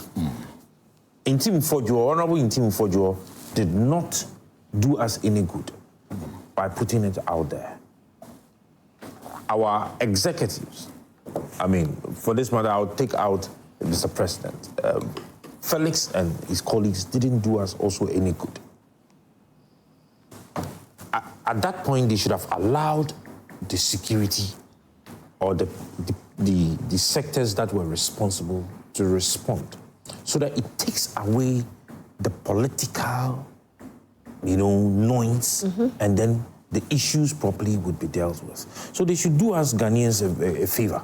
They should let us know, because now it is no longer about NPP, NDC. And Ghana has grown beyond this political gimmicks.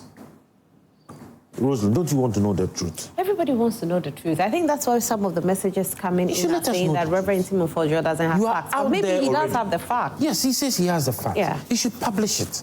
Okay, nobody will do anything to him. And that was why I said... Are you not the same person who is saying that he should not... Did you listen to me? The facts that he has... I said he has brought it out already. So now he can just... Oh, no, man. Okay. No, I mean, now we all want to know. If he had done himself and Ghana good by going through the proper channel, nobody would come and make noise about it. But, yes, the hero as he wants to be, he put it out. He doesn't want to be an hero. He's giving you a fact. This is not about hero issue. So if you have already put it out on social media, then let us do the due diligence and the justice of it on social media. What is happening now, my brother? You have privilege to information because you are friends with him or colleagues with him. I am not privileged to information. Senior is privileged to information because he can drive to the presidency and get his information. Myself and Rosalind, we are roadside people. We cannot get this information. So we are saying... But information that you intercepted in this country, But looking at what is happening with regards to Reverend Ntim Fordjour, right now it's been something that all Ghanaians want to know. Exactly. So if really he hasn't been invited by the NIB, yet he has the information, so you shouldn't have press conference. His name. Don't do press conference. Social media says just clear your name. Even on the floor of Parliament. So clear your name. Even on the floor of Parliament. You know what I mean? Just clear your name so that people don't even on the floor to of point fingers at him, because he's a credible man of God. Rosalind. Rosalind. He's not acting as a man of God. But he's reverend. He's once a man of God, always a man of God. But this one, he's acting, speaking, and working as a parliamentary member of parliament. Who is a man of God? On behalf of a certain constituency. Who is a man of God? You understand me? We are all men of God. But what I'm saying is that this one, let us not mix his clerical duties with his work as an MP. Please, I beg you, let's No, but I mean, we were all created in the image of God. Yes. You understand me? See, with his the kind of credibility that he has, I don't like it when people are pointing fingers at somebody who's credible. So just show your proof. That's all. Rosalind, I've personally not seen the commitment of the government to go to the bottom of this matter. Personally, I've not seen the commitment of government, because if indeed government have interest in this matter, just as I rightly said, government is a matter of President John Mahama telling Speaker Bagbe that yes, we need to do A, B, C, D, and we need this member. When I interject now, they will say, you will say I've interjected. You know there is a process. You have been an MP before. Please, whatever being the process. Look, you can summon a minister to parliament, an urgent question, an urgent one, whereby there might be a lot of questions that people have asked 3, 4, 5, 6 months ago, but the urgency of yours can bring the minister. Whatever process is, there's an urgent one that can be expedited to bring the person to come and answer questions. So what is the meaning of this process? You see, Rosemary, I agree with you by saying that every Ghanaian have interest to deal with this matter. Yes, indeed. That is why your former church, Catholic Bishop Conference. It's not my former church. But you have stopped. Once a Catholic always. No. The fact that your name is not in the church any longer. You have stopped. Your name is not in the church any longer. You continue your point, though. I've come out to say that yes, we should not use this country as what? A cocaine state. If the government has been able to expedite to get this information, maybe they might not come to make this statement. It might be that they never made the statement. It might come. I'm just correcting you. Okay, they came out to say it's fake. I've not seen their statement to the bank, so you can share the statement with me. This is my number: 0244718281. Send me the statement. He knows he's doing propaganda. I don't mind. Open and land the money with my land. That became land or landy because of you. So if government indeed have interests in this matter, Nana said something. In as much that is a shadow government spokesperson, he has said that they have no help in dealing with this matter because it's only Felix who is talking about it. You are not even seeing government. But he's the government spokesperson. Oh, Rosalind, I know NDC. Rosalind, I mean, that's a government spokesperson. I know NDC so power. if he speaks, that's government speaking. You and I know NDC and their communicators. No, but they look, say that like by now, like somebody said about Galamsey issue. He said now he doesn't have the balls to talk about Galamsey because it doesn't mean that he has been compromised by giving an appointment. But these are people that when they wake up in the morning, at dawn, they will sit behind their laptops and be sending messages. But now that they have been given appointment and they are taking 100,000 plus, now they have forgotten that there's an issue called Galamsey. The same applies to this NDC administration. And I'm telling you that if indeed there's nothing in this matter, like by now, you see the NDC all over, including their rented media houses, to make sure that this issue is killed. But today, you are not getting it. And I'm saying that President John Mahama, this very day Fordjour made that statement, that same night, after taking his supper, went on his social media and posted it. And even called on all the security agencies that are involved. That look, this is a serious matter, which I have told the president about it. And just as my brother said, there's no president who's been treating like John Mahama. He quickly went and stated and mentioned the state institutions that need to investigate this matter. what has happened? If the president himself have ordered and nothing is being done, and then you, Felix Ozuko, but you know this process. But Benjamin has said that there's a process, and that by the close of the day. By the close of the day. What's by the close of the day? When did Benjamin stand by the close of the day? He knows that he has something to say. By the close of the day. I'm Robert Soy if you're not Rosalie, now you see why I was not happy the president himself got involved in this. Wait, so let Benjamin make his point. What you do? Wait, let me say what can do. Yes, I said it. No. Shadow government spokesperson.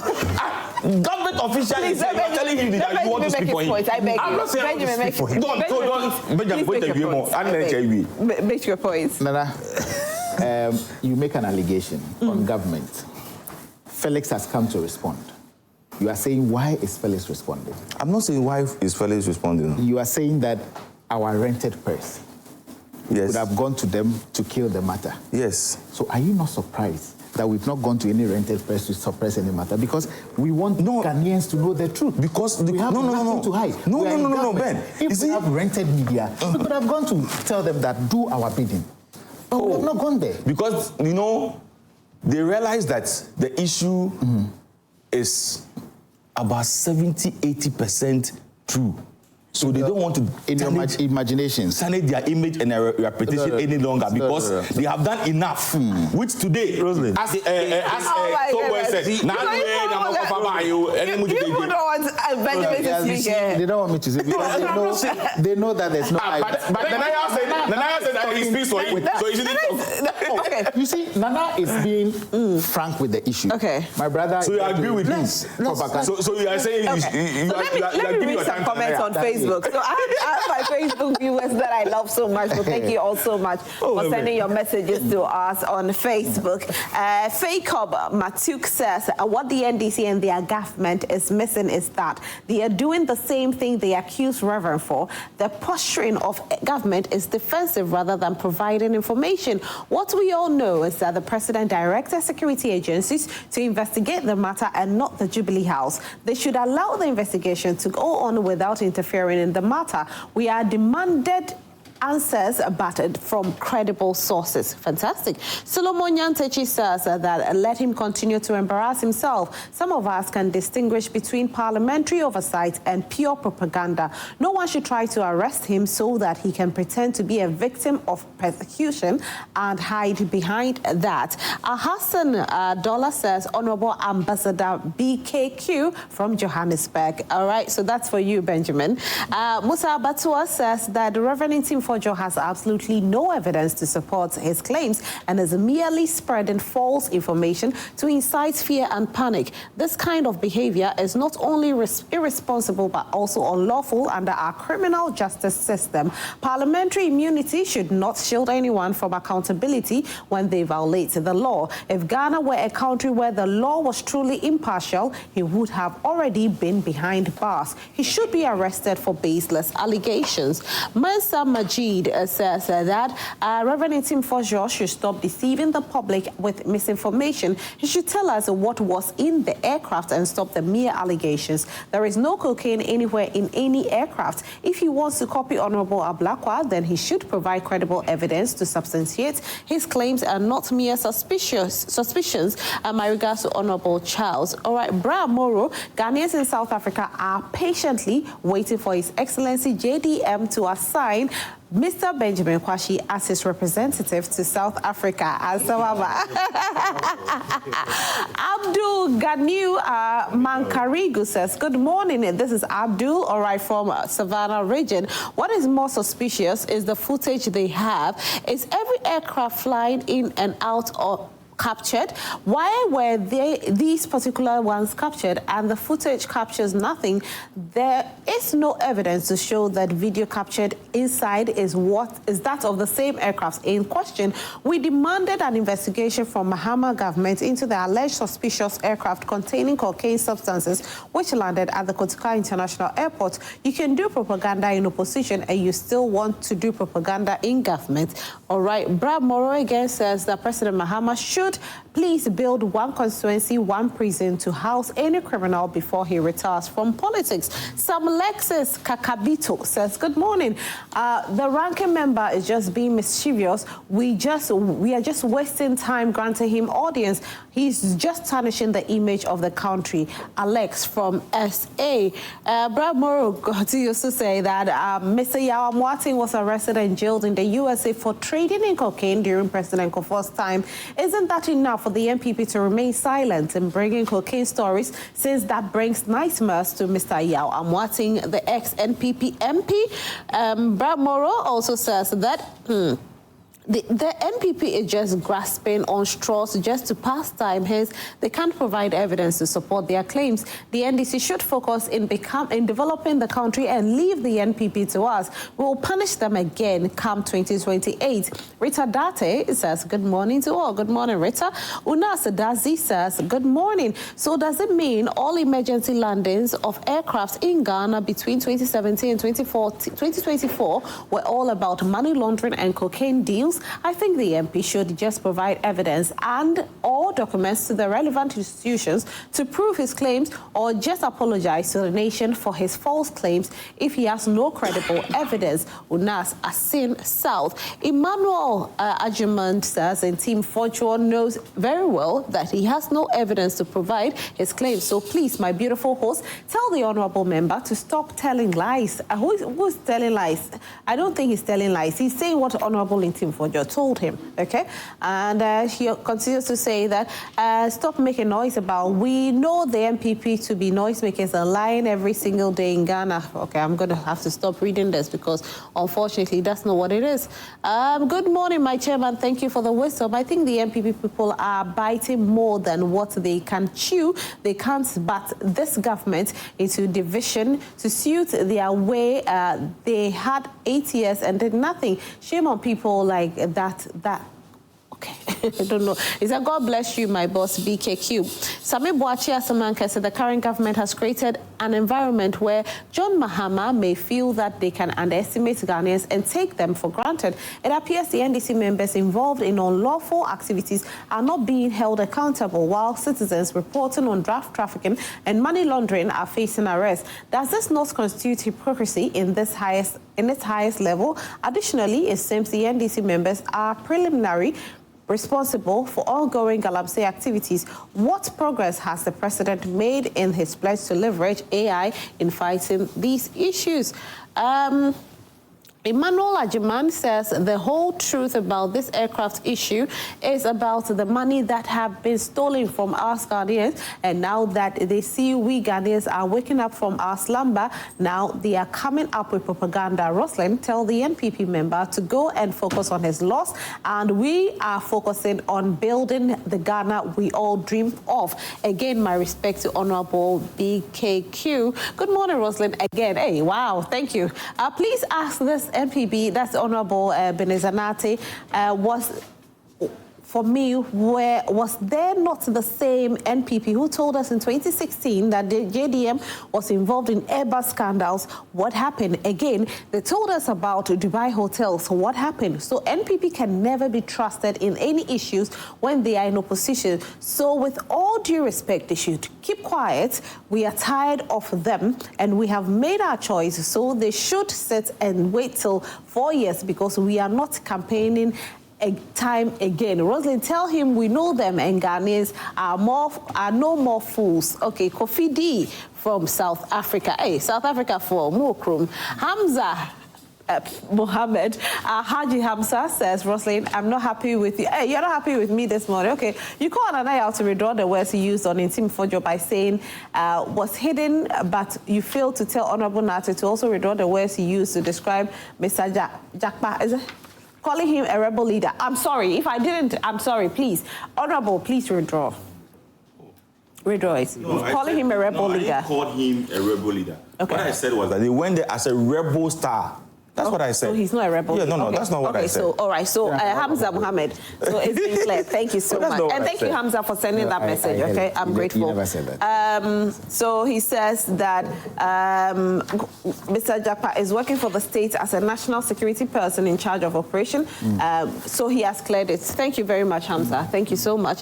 Sami Boacha Samankese says that the current government has created an environment where Joma, I think I've read this one, and James Oforia Pia says Ghanaians in South Africa, we want His Excellency BKQ to be our ambassador. And so they are advocating for Benjamin to be the ambassador. Hey, if he doesn't become the ambassador, the other His Excellency John Mahama. I hope your team is watching this morning. The people in South Africa, they have made their choice. So if you take anybody, they'll reject the person. We have barely like 2 minutes to go. I wanted to move on to the next topic, but we don't have the time. So let's just wrap up with this one. What was the next topic? Galamsey. The Galamsey, the dredging of the river. Is it the dredging of the river or the Galamsey? The dredging of the river. Because That's another form of Galamsey. The dredging of the river is another form of Galamsey. Oh, yes. How? The dredging river that has been affected by Galamsey. Oh, please. Nana, you want to touch briefly on it? Maybe we do 1 minute, because the time is... Oh, no, the Galamsey is a whole topic that need time to discuss, but I would not want to go there. What I just want to say emphatically is that our leaders who have the opportunity to sit on national platforms should be guided by the fact that it is not every information that they should put out. They should know that some information is not for the public, especially when it is not sieved. It is not everyone that is able to absorb information and think through before they even use it. And so if you are privileged to be on committees, you are privileged to have access to information, you should know when and how and where you put it out. And from the beginning of the year, I think that this has happened too many times, you understand, from members of parliament, to members of the executive, even to our judiciary, and I would maintain it. I think you are surprised.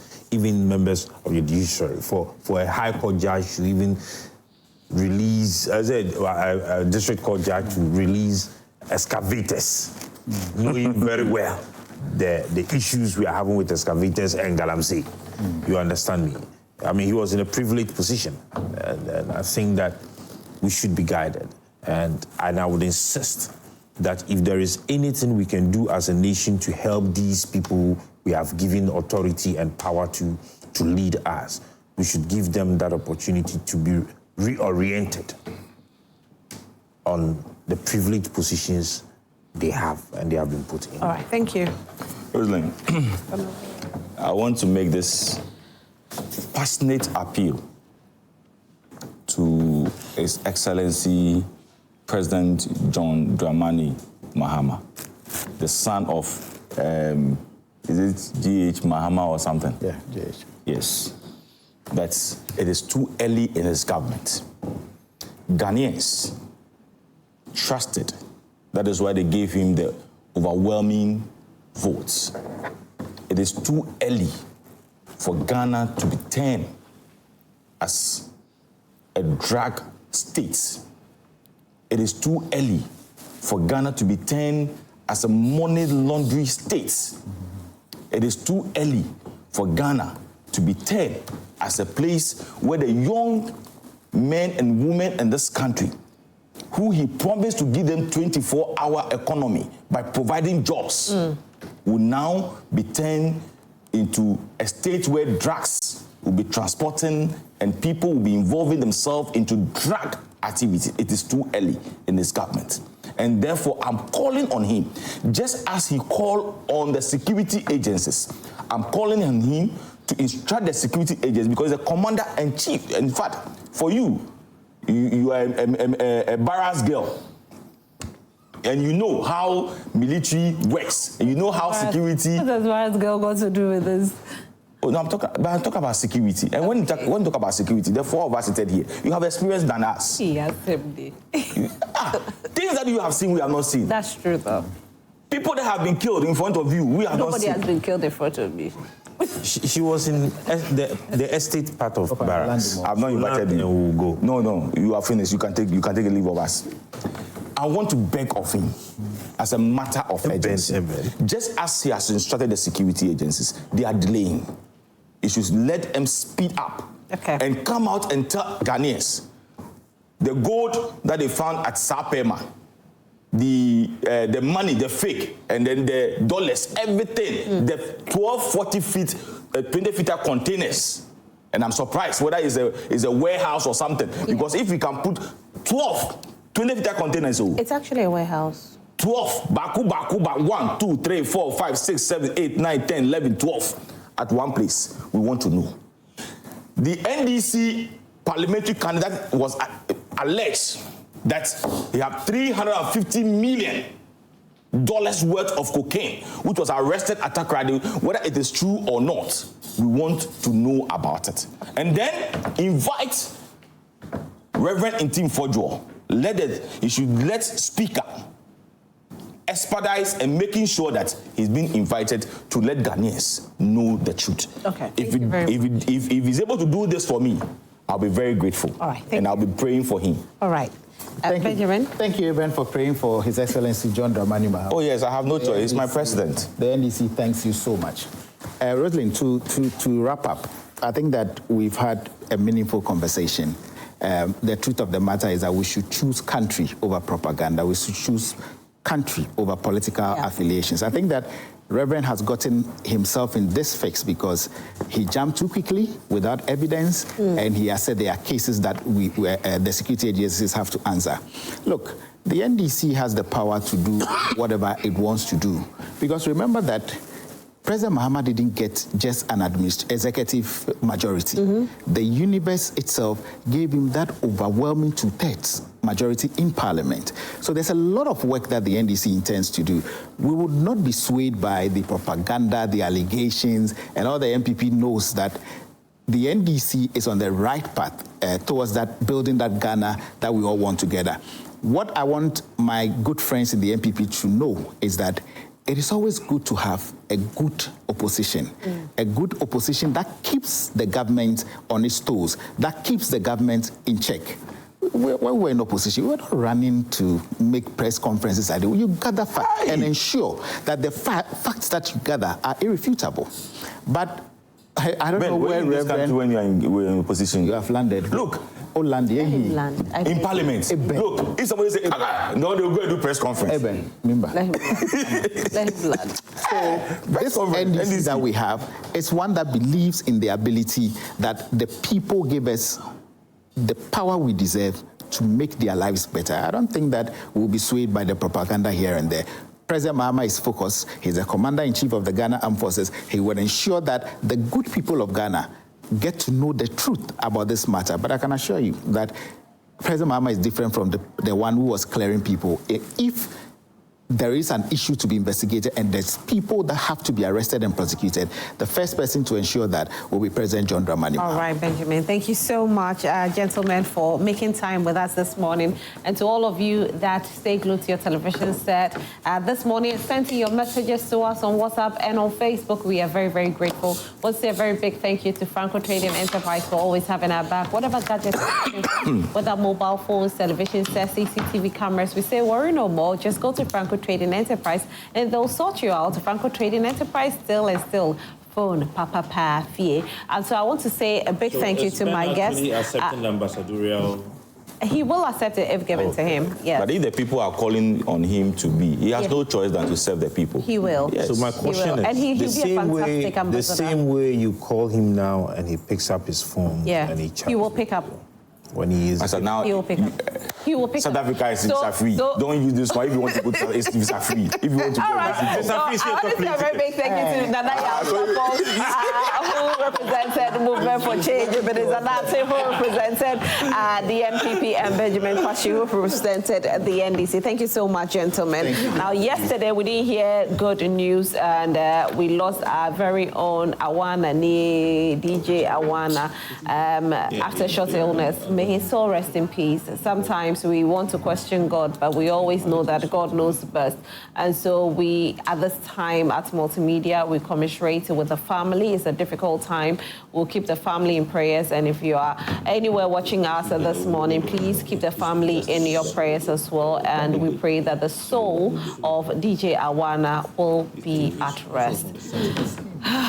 Right, so a big thank you to Franco one more time for always having our back. Franco Trading Enterprise, still phone Papa Perfie, whatever gadgets you are looking for. I say download the app on your phone. It's very simple. It's a Franco Trading app. Download it on your phone. And if you have any other inquiries, you just go on Google. That's www.francotradingenterprise.com. Franco Trading Enterprise, still phone Papa Perfie. You see the number on your TV sets? Yes, pick that number and call them, and they will serve you at your doorstep. Thank you so much. We have Watch Trending that will be coming up. We'll have sports coming up as well. And today, being a Monday, we'll have Women in Business. So do stay with us. We'll be right back. My name is Roslyn Felly.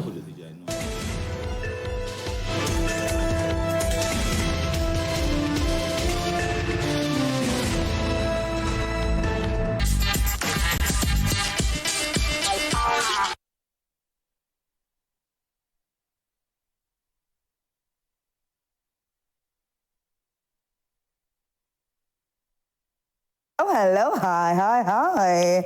That was a very interesting Newsflash segment. Thank you, Rosalie, and the panelists for that wonderful time on Newsflash. And thank you to you all for sending in your messages during that particular segment.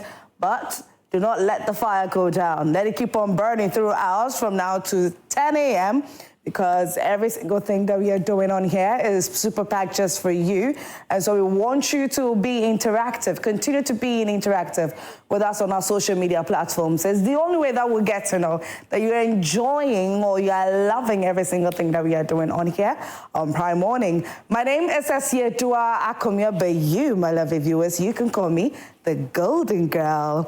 It's time for me to bring you updates on all the stories that are greatly trending on social media. That's what's trending. All right, so before we get into, the stories that I really have for you, Rosalind did talk about it before she signed off on Newsflash. It's really heartbreaking. Unfortunately, Multimedia has experienced a great loss, and that is the loss of DJ Awana.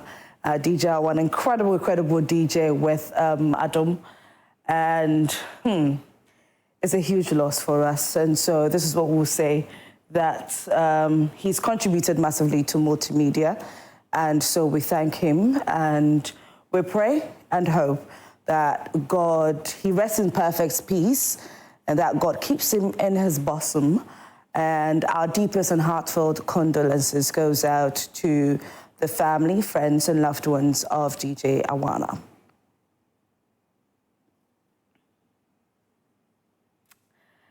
All right.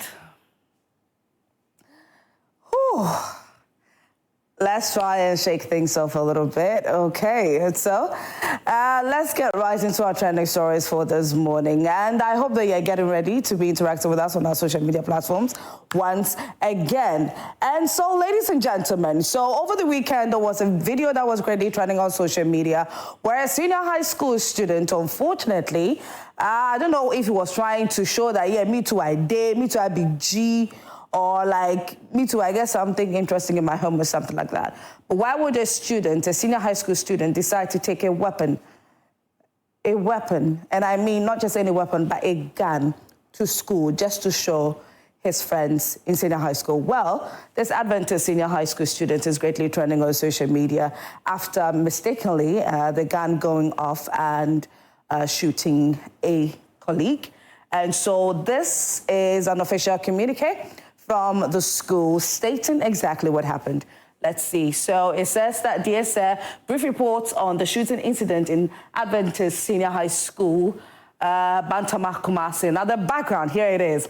Bernard Amabwe of 2A10, the culprit, took exit home on March 18, 2025 at 5:30 p.m. to Kronum on the purpose of medical treatment and was to return back to school on March 20, 2025. He overstayed and did not return to school on the set date as a boarding student, but he has been attending school as a day student without giving notice to the school authorities. of the housemaster for consideration. Now, the incident happened today, 4th April 2025, which was on Friday, at 9:30 a.m. when the school was on break. So that was the first break. Brennan Amoabing took a gun from his school bag in the class and threatened to shoot his colleague student. Per investigation from the other students in his class, one male student indicated that Brennan Amoabing showed him the gun. He pointed the gun at him, Samuel Menu. Samuel, out of fear, hit the gun to other direction, just a walk or different direction, and it triggered and hit the face of Susie Pinamine, who is also in 2A10, and she started bleeding profusely. It was then reported to the school authorities. Now, here is the action. Now, the shooting incident was reported to the police at Suame District Police Headquarters, and quickly, the police made their way to the school and an arrest was made. The victim, Susie Pinamine, was taken to the Kwadaso SDA Hospital and then referred to Komfanoche Teaching Hospital in Kumasi for treatment. In conclusion, we will give the status of the issue on Monday for onward scrutiny. Today's Monday, and so we are waiting there. And so it says Grace Kafui Ayi, who is the headmistress, the regional manager, SDA schools in Kumasi. It was copied to the regional manager for the SDA schools as well. All right, so this is the statement from the school that the incident happened at. Let's take a look at the statement, or the official statement from the Ghana Police Service. It says Ashanti Regional Police Command launched investigation into shooting incident at Adventist Senior High School, Kumasi. The Ashanti Regional Police Command has initiated an investigation into a shooting incident that occurred at the Adventist Senior High School on Friday, April 4th, 2025, at about 12 p.m. Preliminary investigations revealed that a 16-year-old second-year student, name withheld, but we already know his name, brought a locally manufactured pistol loaded with 1 BB ammunition to school. The student allegedly attempted to show the firearm to his classmate. During the exchange, the firearm accidentally discharged, hitting another student. All names of those involved are being withheld. The injured student has since been treated at the Komfanoche Teaching Hospital and is currently in stable condition. The juvenile suspect has been arrested and the empty cartridge has been recovered and retained as evidence. During the questioning, the suspect stated that he took the weapon from his father's bedroom without his father's knowledge. Authorities are actively working to locate and arrest the father to assist with the investigations. Ooh. My, oh my. For those of you who know, my father was a police officer. May his soul rest in peace. DCOP retired Sama Kwame Nkrumah. And I remember that every single day that he closes from work, because we were less, you know, he would hide the gun way up somewhere that it would not be in anybody's reach. Anybody's reach. And he did that. And I don't know, for some reason, growing up, sometimes we would even forget that our father goes around having a weapon on him because he's a police officer. But my goodness, what would come into the mind of this young man to decide to take his father's weapon and take it to school just to go and scare somebody else, just to go and show somebody something? What was all trading? Very heartbreaking. Well, let's see how people are reacting to the story on social media. Let's read some comments. What do we have? Okay, so, and I cannot read your name. It says it wasn't an altercation. He was flexing with the gun and it went off. Phoenix says locally manufactured gun, whoever manufactured it should be sought after as well. Go away. Lil Richie 54 says, Kumasi King won that. Kweko Kwefa says, like, how did this small boy get his hands on a gun? King Money says, first it was someone stabbing a student at Teshi. Today it's a gun. Charlie, we need corporal punishment back in schools. So they are not scared of anything anymore. I really want to understand what influenced or what fueled government at that time's decision to take away corporal punishment from senior high school. Because, I mean, some of us are still here. and we are not doing bad for ourselves. Anyways, Kwame Ato says, irresponsible parenting is the cause of the many crimes in society. Golden Boy says, how did he even get the gun? The audacity, Charlie. Bernard Amwabing, dear, ayo. Hopefully the victim remains stable. We pray to God. Emmanuel says, there's no such thing as accidental discharge of gun. Guns do not discharge. People fire guns. Every gunshot is either intentional or negligent. Either way, a trigger was pulled. So there's a high possibility that he did not even know how to go about using the weapon. And that is what makes it accidental. Sometimes you think that, oh, when you pull the trigger, no, I don't know. But there are certain things that you have to do with certain guns. I don't want to give away so much. Anyways, I'm no expert in guns. I just learned a little bit from my father, but I'm not going to, give it all out. Anyways, so moving on to the next trending story. This story is trending on social media because it was a very interesting act of some Ghanaians, because a truck on the Accra-Tema motorway was on fire. And these pedestrians, people just walking around, decided that, no, we need to do something. So you're not going to bring in regular water to try to douse out the fire, but rather they used sand. Take a look at the video.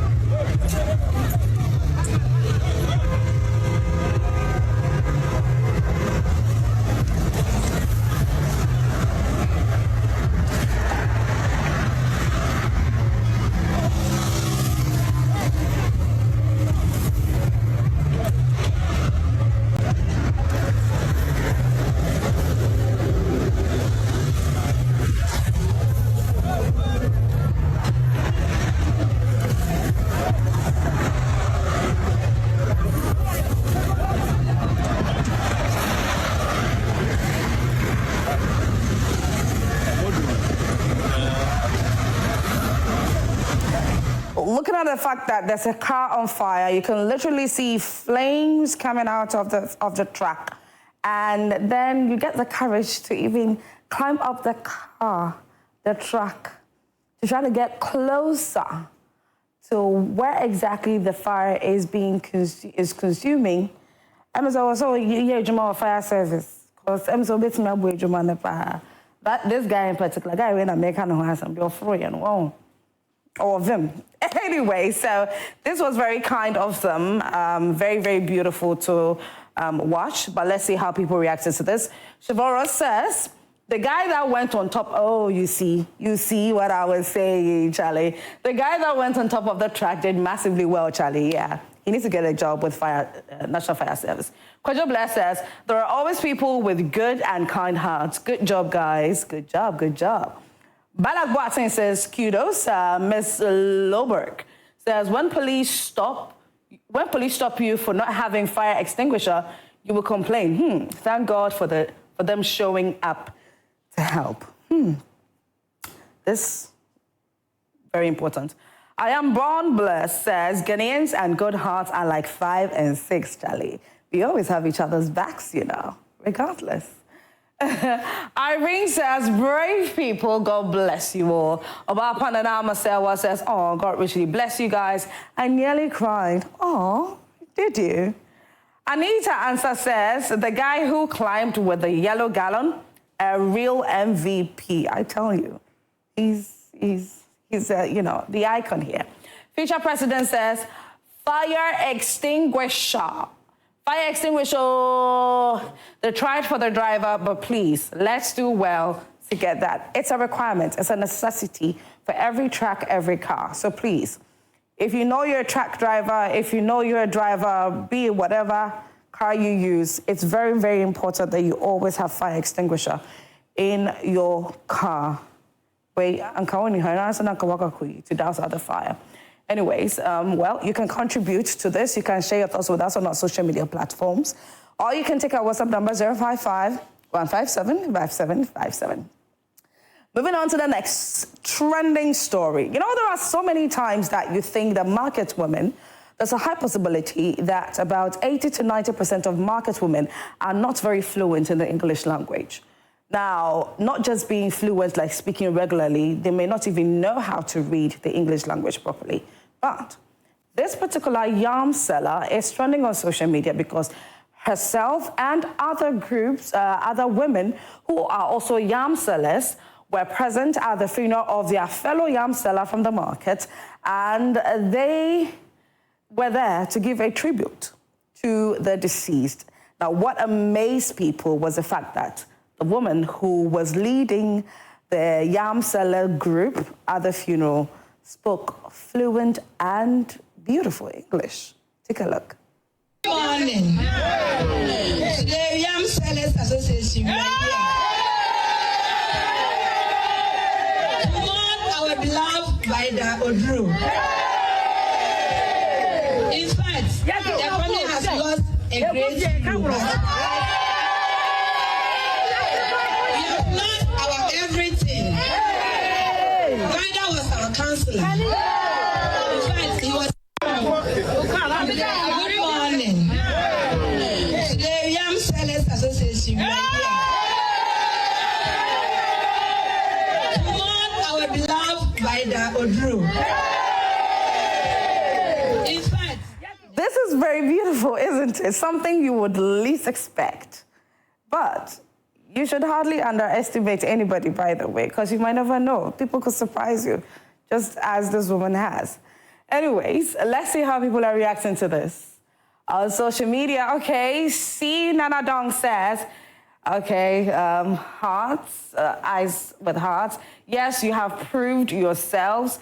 3 degrees for you all. Okay. SKB's record says, it's the shouting, yay, for me, you know. They're the ones giving the morale for her to speak more English.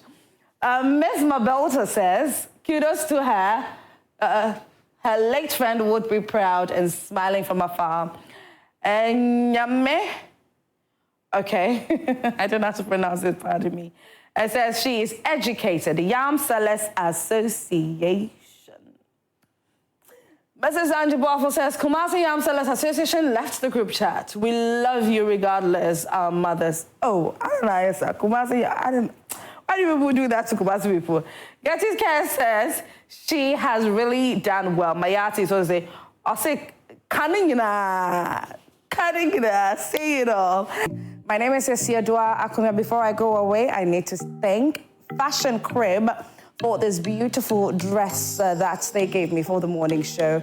If you're looking for anything corporate, anything casual, anything at all, whatever it is that you're looking for, my dear ladies, get in touch with them on Instagram. It is fashion_crib. The crib is with a double B, okay?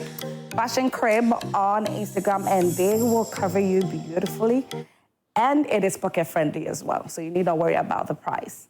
Anyway, so my name is Dua Akumia. You can call me the Golden Girl. That's it for What's Trending right here on Prime Morning. Coming up next is our video of the day that we have sports for you. And we'll get into the conversation of women in business, where a young woman is doing amazingly well in the world of STEM. So do stay tuned. Enjoy our video of the day.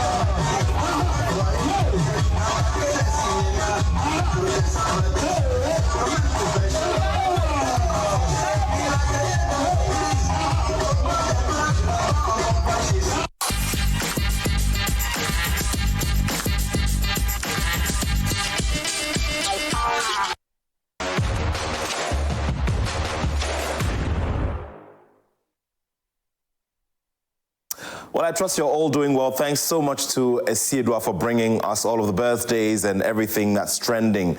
And of course, we're looking forward to that big conversation of women in STEM, and one practitioner who is here with us and will be having a conversation with us. So it can inspire all the generation of young women who want to get into business and also thrive and also add to the bigger economy of our nation. Well, let's talk some sport now, and would have to begin this morning on a very, very sad note. It is because retired Supreme Court Judge Justice Nasiru Suleg Badigbe has gone to be with the Lord. Justice Suleg Badigbe headed the famous Badigbe Commission that looked into player transfers in the Ghana Premier League many years ago. And of course, this was after some clubs had transferred players and had not properly accounted for them and had many issues around these transfers. So the Badigbe Commission looked into these and presented a report, recommendations of which are still being talked about. The recommendations are being talked about. People want to see the recommendations executed. But of course, Justice Suleg Badigbe was a great man, a man who truly brought a lot of quality to his work at the bench and at the bar. And of course, many years down the line, many people are celebrating him for the quality of his work, especially with the with the Badigbe Commission. And so our hearts go out to the family, to his children, to his widow, and of course to all in the legal fraternity and in the sports fraternity as well, because this man has, of course, set a very big landmark in our sports administration, which goes to streamline finances, accountability, and ensuring that, finances are used prudently, especially when finances are coming from the sale of players. So once again, we'll bow to the memory of this great man, Justice Suleg Badigbe, who has gone to be with the Lord. We're still mourning here at the Multimedia Group as well, because Ntim FM's DJ Awana also passed on at the weekend. Amazing gentleman indeed, brought a lot to the turntables, and we're in a state of mourning here, but it's all good. We always want to look at the brighter side of life, and we want to say that our hearts go out to his family as well.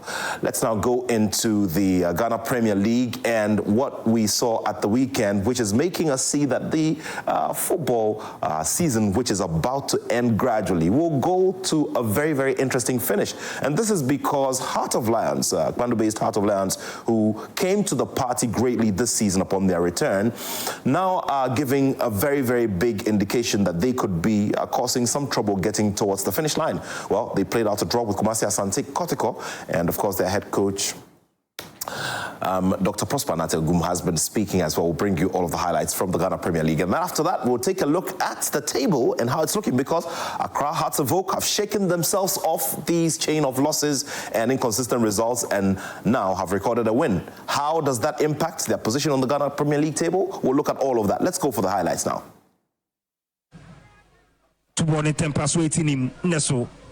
Ebenezer Aban Shibana Bonabedi Kumasi Asante Kotoko. Pashoko.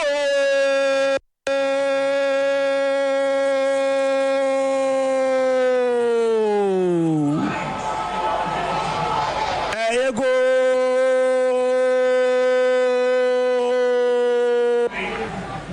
Sasheni Bium. Pejabonuna goalkeeper Lawrence Osei. Oh. A very, very beautiful goal from a Prantiani Diade. Smilado Apeta Bonita Passo. Oh, you go!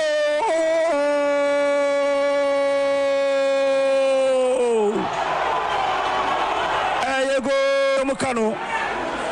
And Randy Abe. Ponisem pa. Randy Abe. Wow, what a goal! What?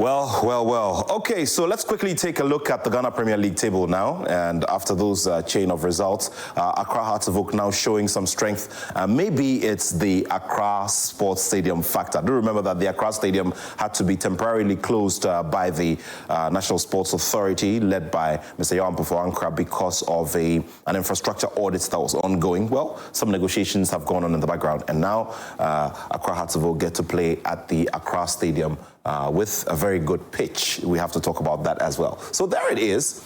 Kumasi Asante Kotoko there at the top.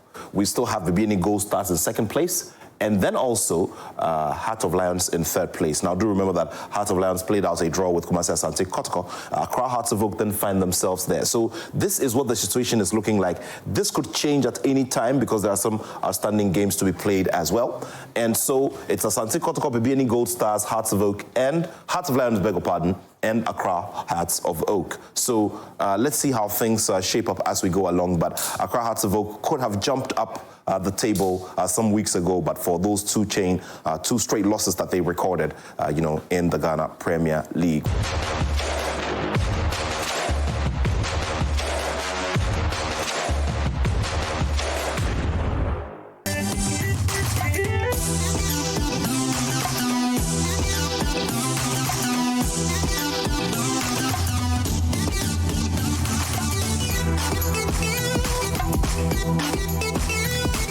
Hello, this is still Friday Morning.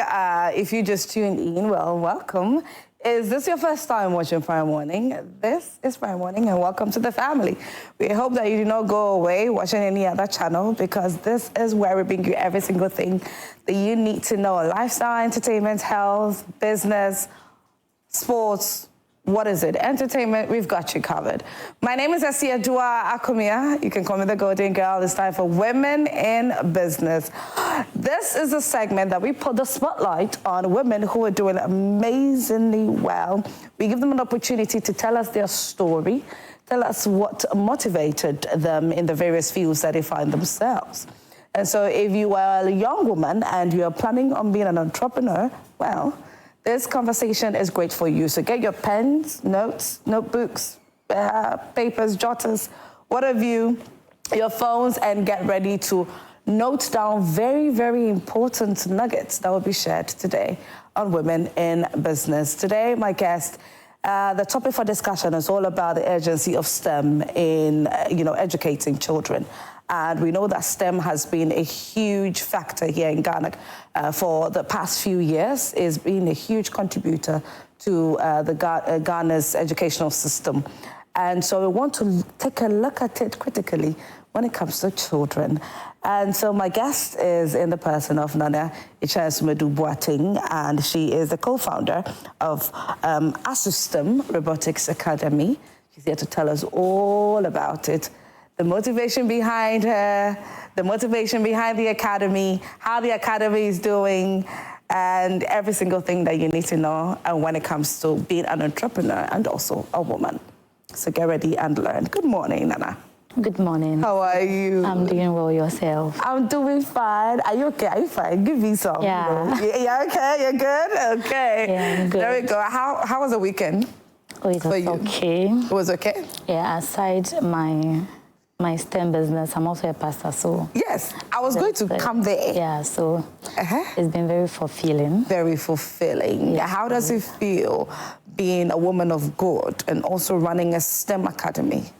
I believe that making an impact or delivering people is not all about being on the pulpit. Pulpit, ooh, so I like that. Aside being on the pulpit, giving the people the word of God, that is my small way of also impacting my generation, helping them have a different view about life. Yeah, so. Very beautiful. Well, I wish we could get more into that, but I don't want to sway the conversation away so much. So let's talk about the Asustem Robotics Academy. I hope I pronounced it right. Yes, please. Okay. Tell us about it. Okay, Asustem Robotics Academy is an NGO that trains children in STEM education. Okay. So basically from ages 5 and above. and the youth, and mostly sometimes the working individuals. Okay. Yeah, so our system has been in session since 2018 doing this in Ghana. Since 2018? Yes, please. Tell us a little bit about you. Oh, okay. I am the co-founder of our System Robotics Academy. Okay. And I'm basically, I am in charge of the operational aspect of the organization. We have the operational aspect and project aspect of the organization. So basically, I look at the operational aspect of the organization. When you say operational, meaning the day-to-day activities, training, recruitment. Okay. What we do. Okay. Cool. Tell us more. I want to get to know you personally as a woman and also as a co-founder of System Robotics. Okay, so when I finished my first degree, I read Human Resource Management. Oh. And at my second degree, Human Resource Management and Development. And you know, HR is more managing people and developing people. Yes. So a couple of years ago, my founder said that he came across an article that suggests that some years to come, the working force would, the European and Asian countries will fall on Africa for workforce. Oh. So for that reason, he was like, what can we do to equip Africans so that when the time is up, maybe Africans will not be left out?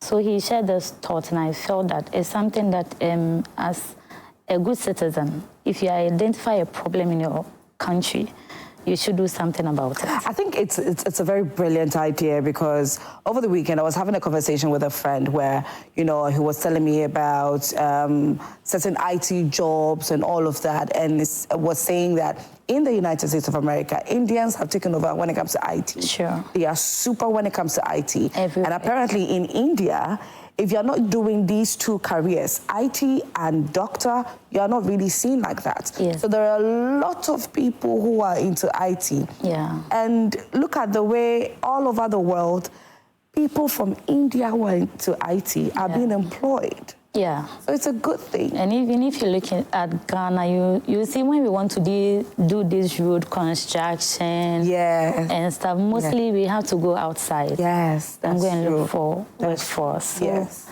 these are some of the problems that we identify as citizens, so that we start to train these children, create the passion for them, so that by the time they get to their tertiary, they would already have that passion to take up these engineering courses, science courses, so that we will build our workforce. So Africa will not be left out. Africa, we cannot be left out. Sure. We just cannot be left out. Now let's talk about the starting of the academy, how it began. What had to go into beginning it? Okay, we started by piloting to know how it would be embraced. So we went from like school to school to interview few headmaster and headmistresses about the idea. So at a point, it was Family Life International. She gave us the nod, and she even gave us her space to start it there, the training of the children there. So that is how we started. So some years later, and we got a space. And so when you started, what exactly were you teaching the kids? Science, technology, engineering, and math activities. Okay, so the activities. Solving. Okay. Yes. Robotics, web designing. That is all what we started with. Somebody would look at the fact that you have a human resource background. Yes, please. So where did, you know, the love or anything STEM derive from? Yeah, because as I said from the beginning, my second degree was Human Resource and Development. And I looked out for how I can also contribute to developing people around me. So that gave me that passion to really embrace this thing, to help the youngsters. And then it means along the way you've also had to see yourself learning a lot about STEM. Small. Yeah, we are getting there. Yeah, getting there. Yeah. Let's talk about the vision and the mission of the school. Oh, okay. Yeah. As a STEM is basically to inspire young minds and developing creative thinkers. And our mission is to prepare these youngsters so that in the near future, when there is any opening for job opportunities, these children can fit in to that space. And you know, science, technology, engineering, and mathematics is a new thing on the block. If you have all these as a background, you're good to go. Sure. I always say this, and I'm never shy of saying it. I don't like math. You don't like? Mathematics. I've never really liked mathematics. The reason why at times we don't like certain courses in the schools, I'm sure at times is the approach being used. Okay. And at times, you know, some of our, let's say, instructors or coaches, they treat everybody maybe the same, see everybody the same. But there are individual ways that people understand and appreciate things. So I think that we should equip the teachers more into that space, and they would also have that patience to equip these youngsters. That's true. That's true. That's really, really true. Now, what are some of the programs that you offer?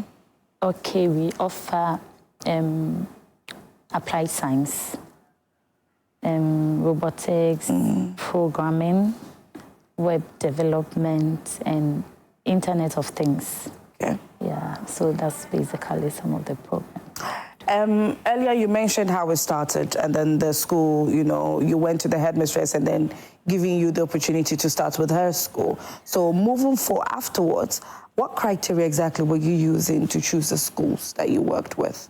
Oh, okay. Our sales team mostly go, we visit these schools, share with them what we do, our services. Right.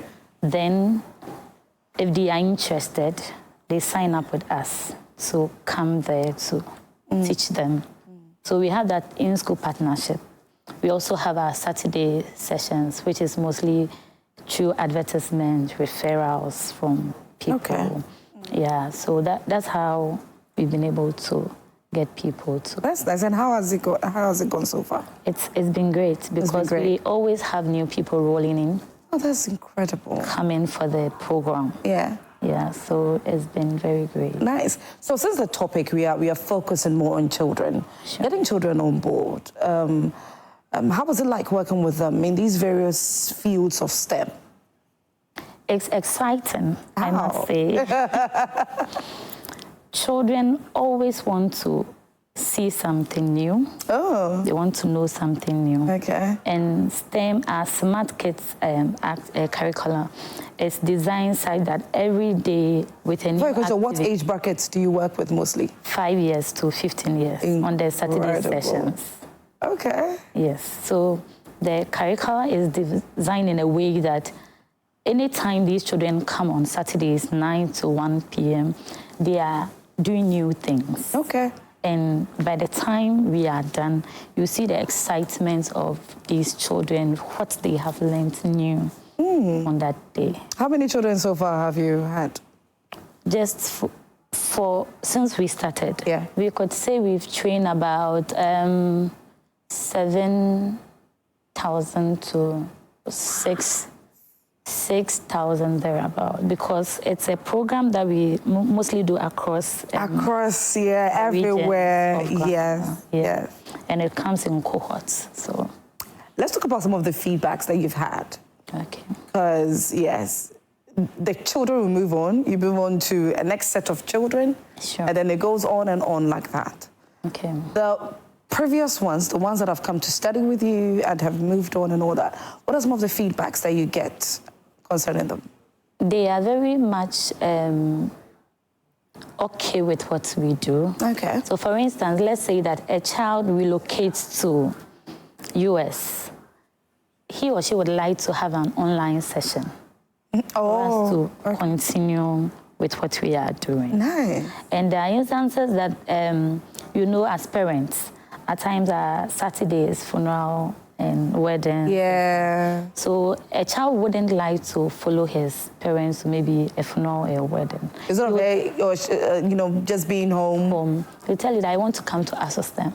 Okay. So, and when they come, the excitement, you know, they like what they do. So they are always ready to come to us. Let's share with us some of the exact things that you do during those classes. Okay, let's say we come here today, we identify a problem. Okay. These children are supposed to identify the problem, build a project in relation to that to solve that problem. So for instance, some time ago we had to drainage system. Oh. You know, in the drainage system, Ghana, when there is flooding, we have terrible drainage system. Yes. So yeah, let's just say it as it is. So we look at maybe they are building bridges. Okay. How, if these bridges at this point is going to help us not to have the same problem. So basically, the children come up with a problem they have in their area. Oh. And how best they think, oh, my area, we have this problem. Maybe my father has a farm. He always watering the farm, moving from one zone to the other. It's a problem. So what can I do? So then they come up with a solution that maybe through the smart what do I call it? Smart use of the drainage system. They can just code everything on their smartphone. Then at this time, my plants are watered. Maybe in the morning, wow. My plants are watered. Later in the evening, my plants are watered. So these are some of the things that we engage the children in, so that in the near future, we will have a good. What are some of the most interesting stories or problems that these children have identified that you've brought on board?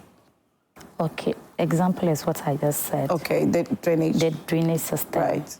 And we also have the creative aspects, which they build things with waste. Okay. And let's say bamboo.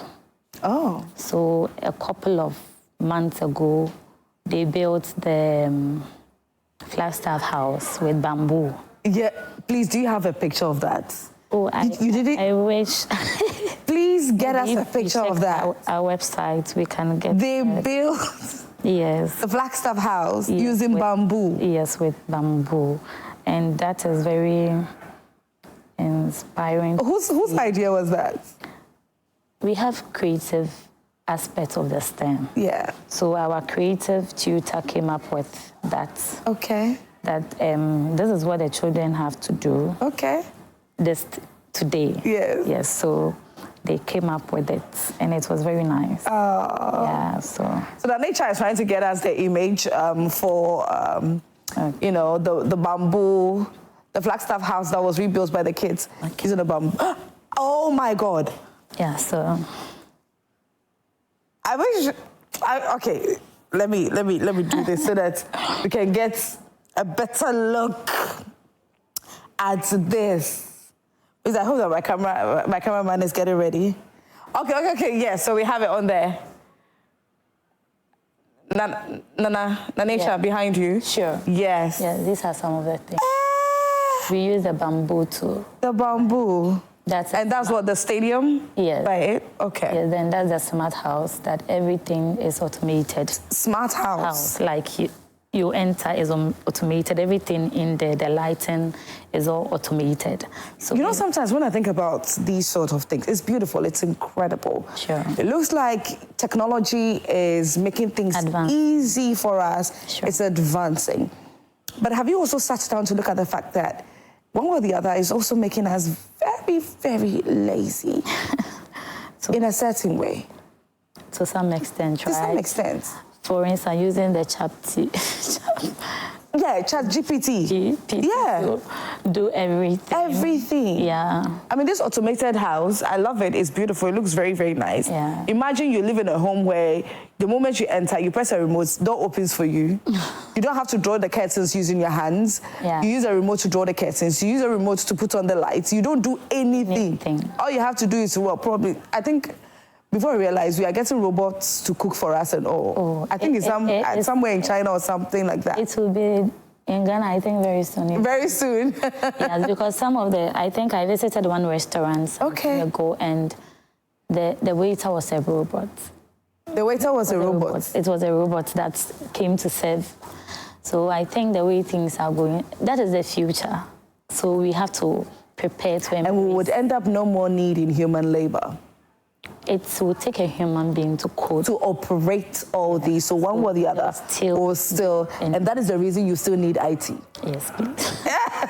I think at this point I'm going to end up learning I'm going to have some IT classes here and there. Maybe I'll get enrolled at ASUSTEM so I can have certain things on my fingertips. I'm here with Anecha, and she's the co-founder of ASUSTEM Robotics Academy. And it's all about the urgency, with STEM.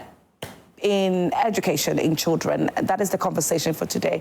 And so if you have any contributions, if you have any questions in relation to STEM, whether your children or you are interested, you want your child to have the love for STEM, please, you can share that with us on our social media platforms. Anecha is here, and she'll answer all questions that you have in relation to that. Anecha, now let's talk about success stories that you've had. Okay. All right. If you have any. Yes, we have a couple of people who joined the Transform Me project.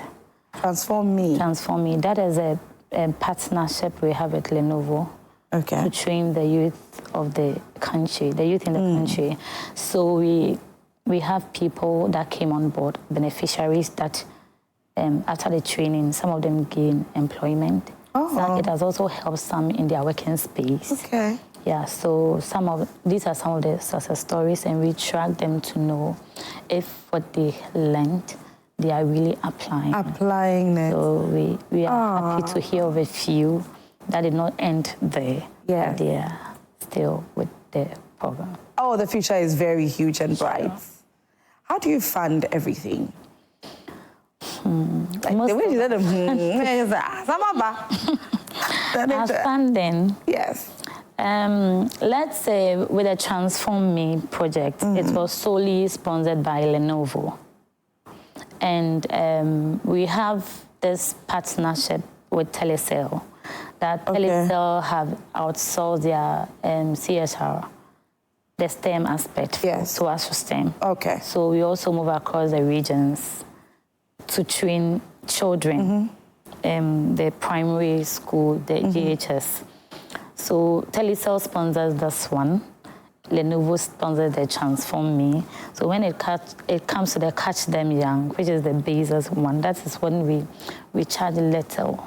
Just little. It's small. The funding is not as maybe in Ghana. We visited a couple of corporate bodies, but we've not been successful.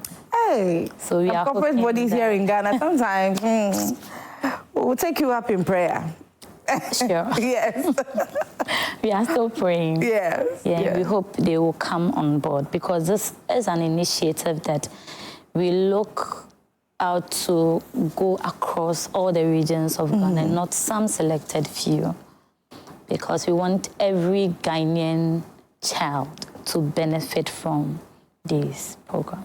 Now, speaking about corporate bodies, I think that we need to let them really understand that when they put their monies into this, this is what they will be reaping at the end, or this is what they will be seeing, especially in the lives of the children. Yeah. So then let us help us understand what STEM education could do for the next generation. STEM education will go a long way to impact our country. Okay. Because, for instance, if you take the Telecel company, if these children are not prepared, a time would come that there will be nobody to occupy these positions. That's true. that is there. So this is an avenue. And then we'll have to bring foreigners to come in. Opportunities. But we don't want the case that every time we need to bring foreigners to the country to come and take up certain positions. At times it's so sad that you go to an organization and the top technological positions it's occupied by white people. You get it. So we are trying to prepare these youngsters so that in the near future, every Ghanaian child can stand a privilege to occupy such position. For a young boy or girl who is looking at pursuing science, tech or engineering, what advice would you give them? What I would like to tell them, you see, it's a very promising avenue that if you get yourself prepared in the near future, not only in Ghana, but it will be very fulfilling for us to be here. One morning we just wake up and we hear that a Ghanaian child, it's in a space on a position that this person is coming from Ghana, not from India. That's true. So I always encourage the youngsters that they should embrace this opportunity. This is an opportunity of a lifetime. And technology is always evolving. The more you get yourself abreast, you are on top of the game. So I would always encourage them to take up these courses. Some schools use it as an extracurricular activity, but I think that the government should come to a point that this becomes part of maybe their core subjects that every school is supposed to do. And I would also plead with parents.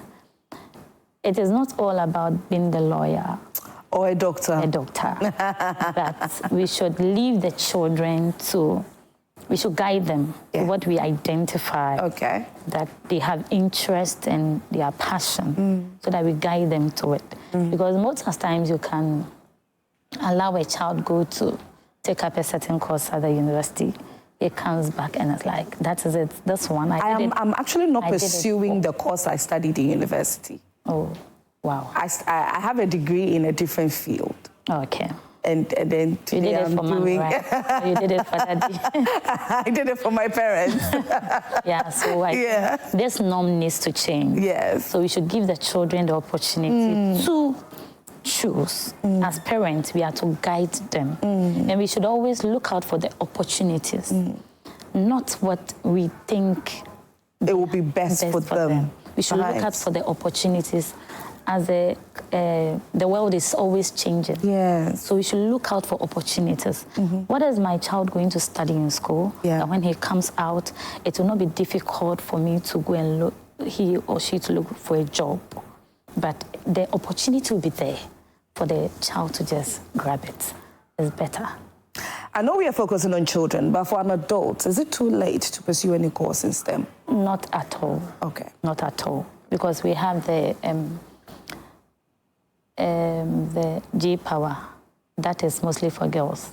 And the Transform Me is for everybody, working class, graduates, and everybody who wants to develop his or her passion in technological fields. And get ready, you're about to sign on a new student, which is me. I think that having this conversation with you, you know, there's this interest that is the passion is coming, right? Anyway, so if anybody wants to get involved in supporting, how would the person do that? Or any corporate body? Oh, ASOSTEM is always available. Okay. We can have a meeting, we discuss what they intend to achieve. Some basically would want to dive into supporting the special needs children. They come on board that, this is what I want you to do for me. Okay. So our system is always available to impact the knowledge and help transform lives. So we are always available. They can reach us please on 0249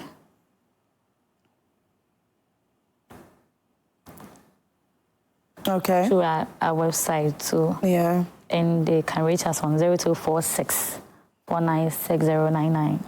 When they go on Facebook, our system robotics, they leave a message, promptly we will just respond to them. Sweet. Anita, before you go, what would be your final submission on this topic? Is there any advice that you want to throw out there to anybody at all? Yeah, I want to tell parents, corporate bodies, everyone in Ghana that STEM is the order of the day. STEM is the future. So everyone should embrace STEM education. They should encourage their youngsters to enroll in some of these courses, which will go a long way to help them as they grow in their working space. As graduates, maybe you complete your school, you've gone to do maybe law, you've gone to do something else. You are not lucky to have a job at the moment. You can just come on board because we have graduate programs where we train these graduates to acquire knowledge in these fields. Then, when your time is up, you can go further in your education. Our conversation has been on highlighting the urgent need for STEM, which is science, technology, engineering, and mathematics in children. And Nanecha Sumedu-Boateng, who is the co-founder for ASU STEM Robotics Academy, has been, she shared a very incredible story with us right here on Prime Money for Women in Business. And we hope that you've learned so much from her. And I love the fact that she said that even if you're an adult, although, yes, we're focusing on children, it's not too late for you. You could get enrolled, just to have something small on your tips. Because you might never know, it could come in handy in a few years to come because, like she said, STEM is the new order of the day. And so before you realize somebody from somewhere is coming to take over, some robot somewhere is coming to take over, and you just be there. But if you have it at your fingertips, if you know something at least, you're going to end up doing something to advance yourself and to better yourself in the future. And so my guest has been Nanecha Sumedu-Boateng. And Nana, thank you so much for your time this morning. You're welcome. It's been incredible having you and sharing your story and your journey with us. Sure. And let's not also forget that she's also a pastor. I had to chip that in. She's a pastor who is doubling as the co-founder of, this beautiful robotics academy as well. So thank you and all the best to you. I'm serious. I'm going to get signed on, by the way. You're always welcome. Thank you very much for We even give scholarship to some people. Oh, so I could get a scholarship? You could get a scholarship. Oh, wow. I'm more excited. Anyways, now, talking about STEM for children and, getting children involved in the new order of the day. Guess what? Well, you know exactly what I'm about to say. It's all about Big Chef Season 4. So you know about Big Chef that we have here on Joy Prime? Yeah, I heard about it. You've heard about it. Yeah. Thank God, because if you had said that you don't know about it, I'd be like, So Big Chef is all about kids who come and showcase their culinary skills to us. Oh, okay. Yes.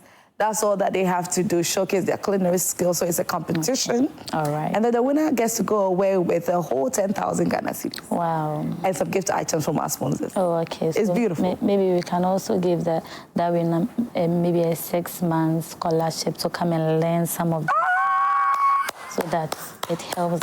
This is beautiful. Yeah. Please, producer, please, I hope you heard. Yeah. Please, I hope you heard. Nanecha just mentioned that they could also give the winner a 6-month opportunity to come and learn some STEM, techniques. Sure. With the school. You see, sometimes, you see how God works. So whoever our winner for Big Chef Junior Season 4 will be. Nanecha, thank you so much. Thank you so much. I wasn't expecting this, honestly speaking. So please, let's talk a little bit about that one there, okay? So if you're going to do a 6-month scholarship, what exactly would it entail? So it will be introduction to robotics and programming, basically. Okay. Yeah. Okay. So by then, the child will know whether I want to major in programming or code robotics. Imagine you were a good chef, and then when it comes to programming, you're a pro. Then you program your... you program your meals. And every point in Somebody time, says that you end up having an automated kitchen. Exactly what I was about to say. That would be amazing. It would be wonderful. Nanisha, thank you so much. So to our winner-to-be, to all the contestants of this season of Big Chef, there you have it. So not only are you going to win some products from our sponsors and that 10,000 Ghana series, but you get the opportunity to also learn some IT skills, science, technology, engineering, mathematics. What is it? You get to learn something. Imagine you end up learning how to create a robot. Sure. Or an automated house. Hey, Nanisha, thank you so much for your time this morning. So like I said, it's all about Big Chef Season 4, Big Chef Junior Season 4. Now, here's what happened. We opened up for auditions. We called and called and called and called. And we had a number of students or pupils come in to audition. It was very, very amazing. It was very interesting. And so we need to get ready for another thrilling season of Big Chef Junior Season 4. Well, let's take a look at this. Nanisha, thank you once again. We just turn around shortly. When we come back, my morning still continues.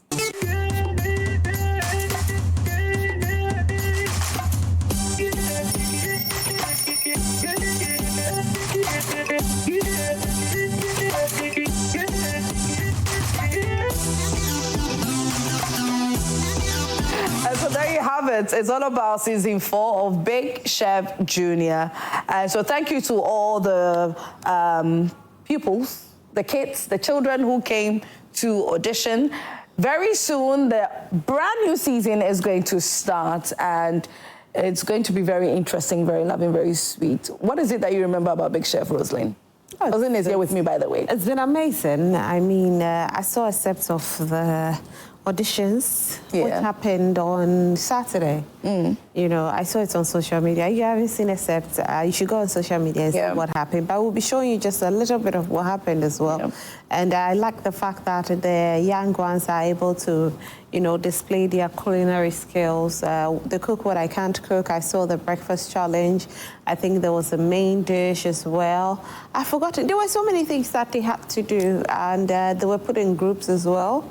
And so I'm like, okay, wow, you know, for those of you who love to be in the kitchen and you want your children to follow suit, I think this is for you and your children.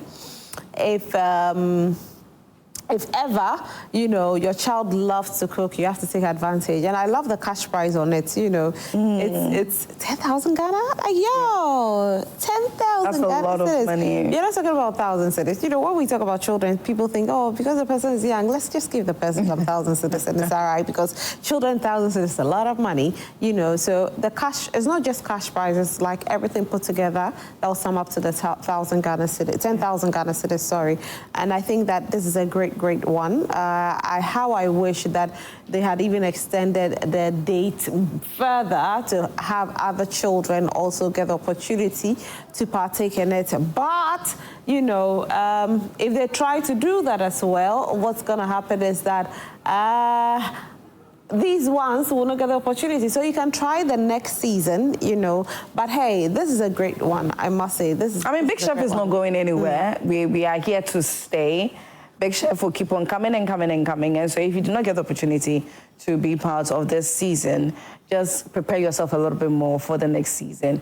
We're always here for you. We got you covered. Do we have excerpts from what happened? Do we have excerpts? Yeah. Yeah. Okay, okay, but if we don't have excerpt, we can play what people have seen in the previous years. For those of you who don't know anything about Big Chef, take a look at this video so you know what we are talking about, all right? You're supposed to prepare anything. It could be breakfast, it could be a snack, it could be a salad, it could be a dessert, whatever you want to prepare, but it has to be from the mystery basket. So whatever ingredient you find in your mystery basket is what you're going to use. You can take some other things from the shelves and add, but then you have to incorporate anything or everything in the basket to your meal. Nora, this is a competition. Someone has to go. If I gave you the chance, who would you eliminate?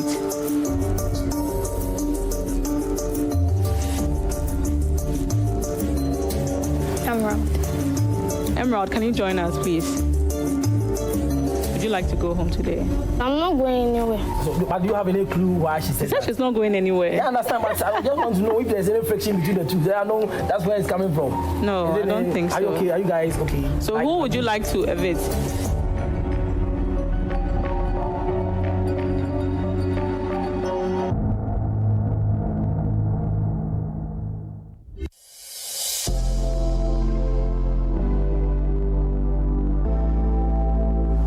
I mean, that's a tough one. Why will you let me eliminate my friend? But that's what, you know, Big Chef is all about. You know, it's full of emotions. It's the adrenaline is there. I don't know how the young ones do it, though. I really don't know how They are very strong. They are. They are very strong. So I am one person that I do not like rejection. Me too. So I'll avoid... You know? Yeah. Places and instances where I know that I could not. Yeah. I don't know how to handle it. And it's a reality show, so we air it every time they have the competition. It's live on your screens, so we air it. And for me, it's the fact that there's cameras on these young ones, and they are not even camera shy. You know, adults are camera shy. They sit in front of the camera and they start shivering. But these young ones are not camera shy. They are using the knives perfectly. They are using every other cutlery so perfect. They are cutting their onions without any tear dropping. They do everything. You know, there was a season where they had twerking cocoa. So I wonder where they get the names from as well. Oh, yes, you know, the twerking cocoa. The twerking cocoa. I'm like, no, so wait, where do you guys get the names from? You know, their father say you can cook. Yeah. But even the creativity behind it, how they're able to get the names and all of that. You know, I remember the finals, I've forgotten the name that the person used, but she actually fried Indomie and had never tasted fried Indomie before. And it tasted so good. She fried Indomie? Yes, she fried Indomie, yes. Yeah, so it was very crispy. Yes, you won't just like chips? Yes. You're kidding. I'm telling you. And it tasted so, so good. And there was another girl that did, I think she's the one who won. She did, what's it called? Is it a bolo or something, but in Ghana colors? So there was red, there was red side, there was a yellow side, there was a green side, and then she had a black star on it. I was like, and how did you do it? These are children. You know what I mean? I think we want to take a look at what happened on Saturday. So for those of you who have missed it, take a look at it.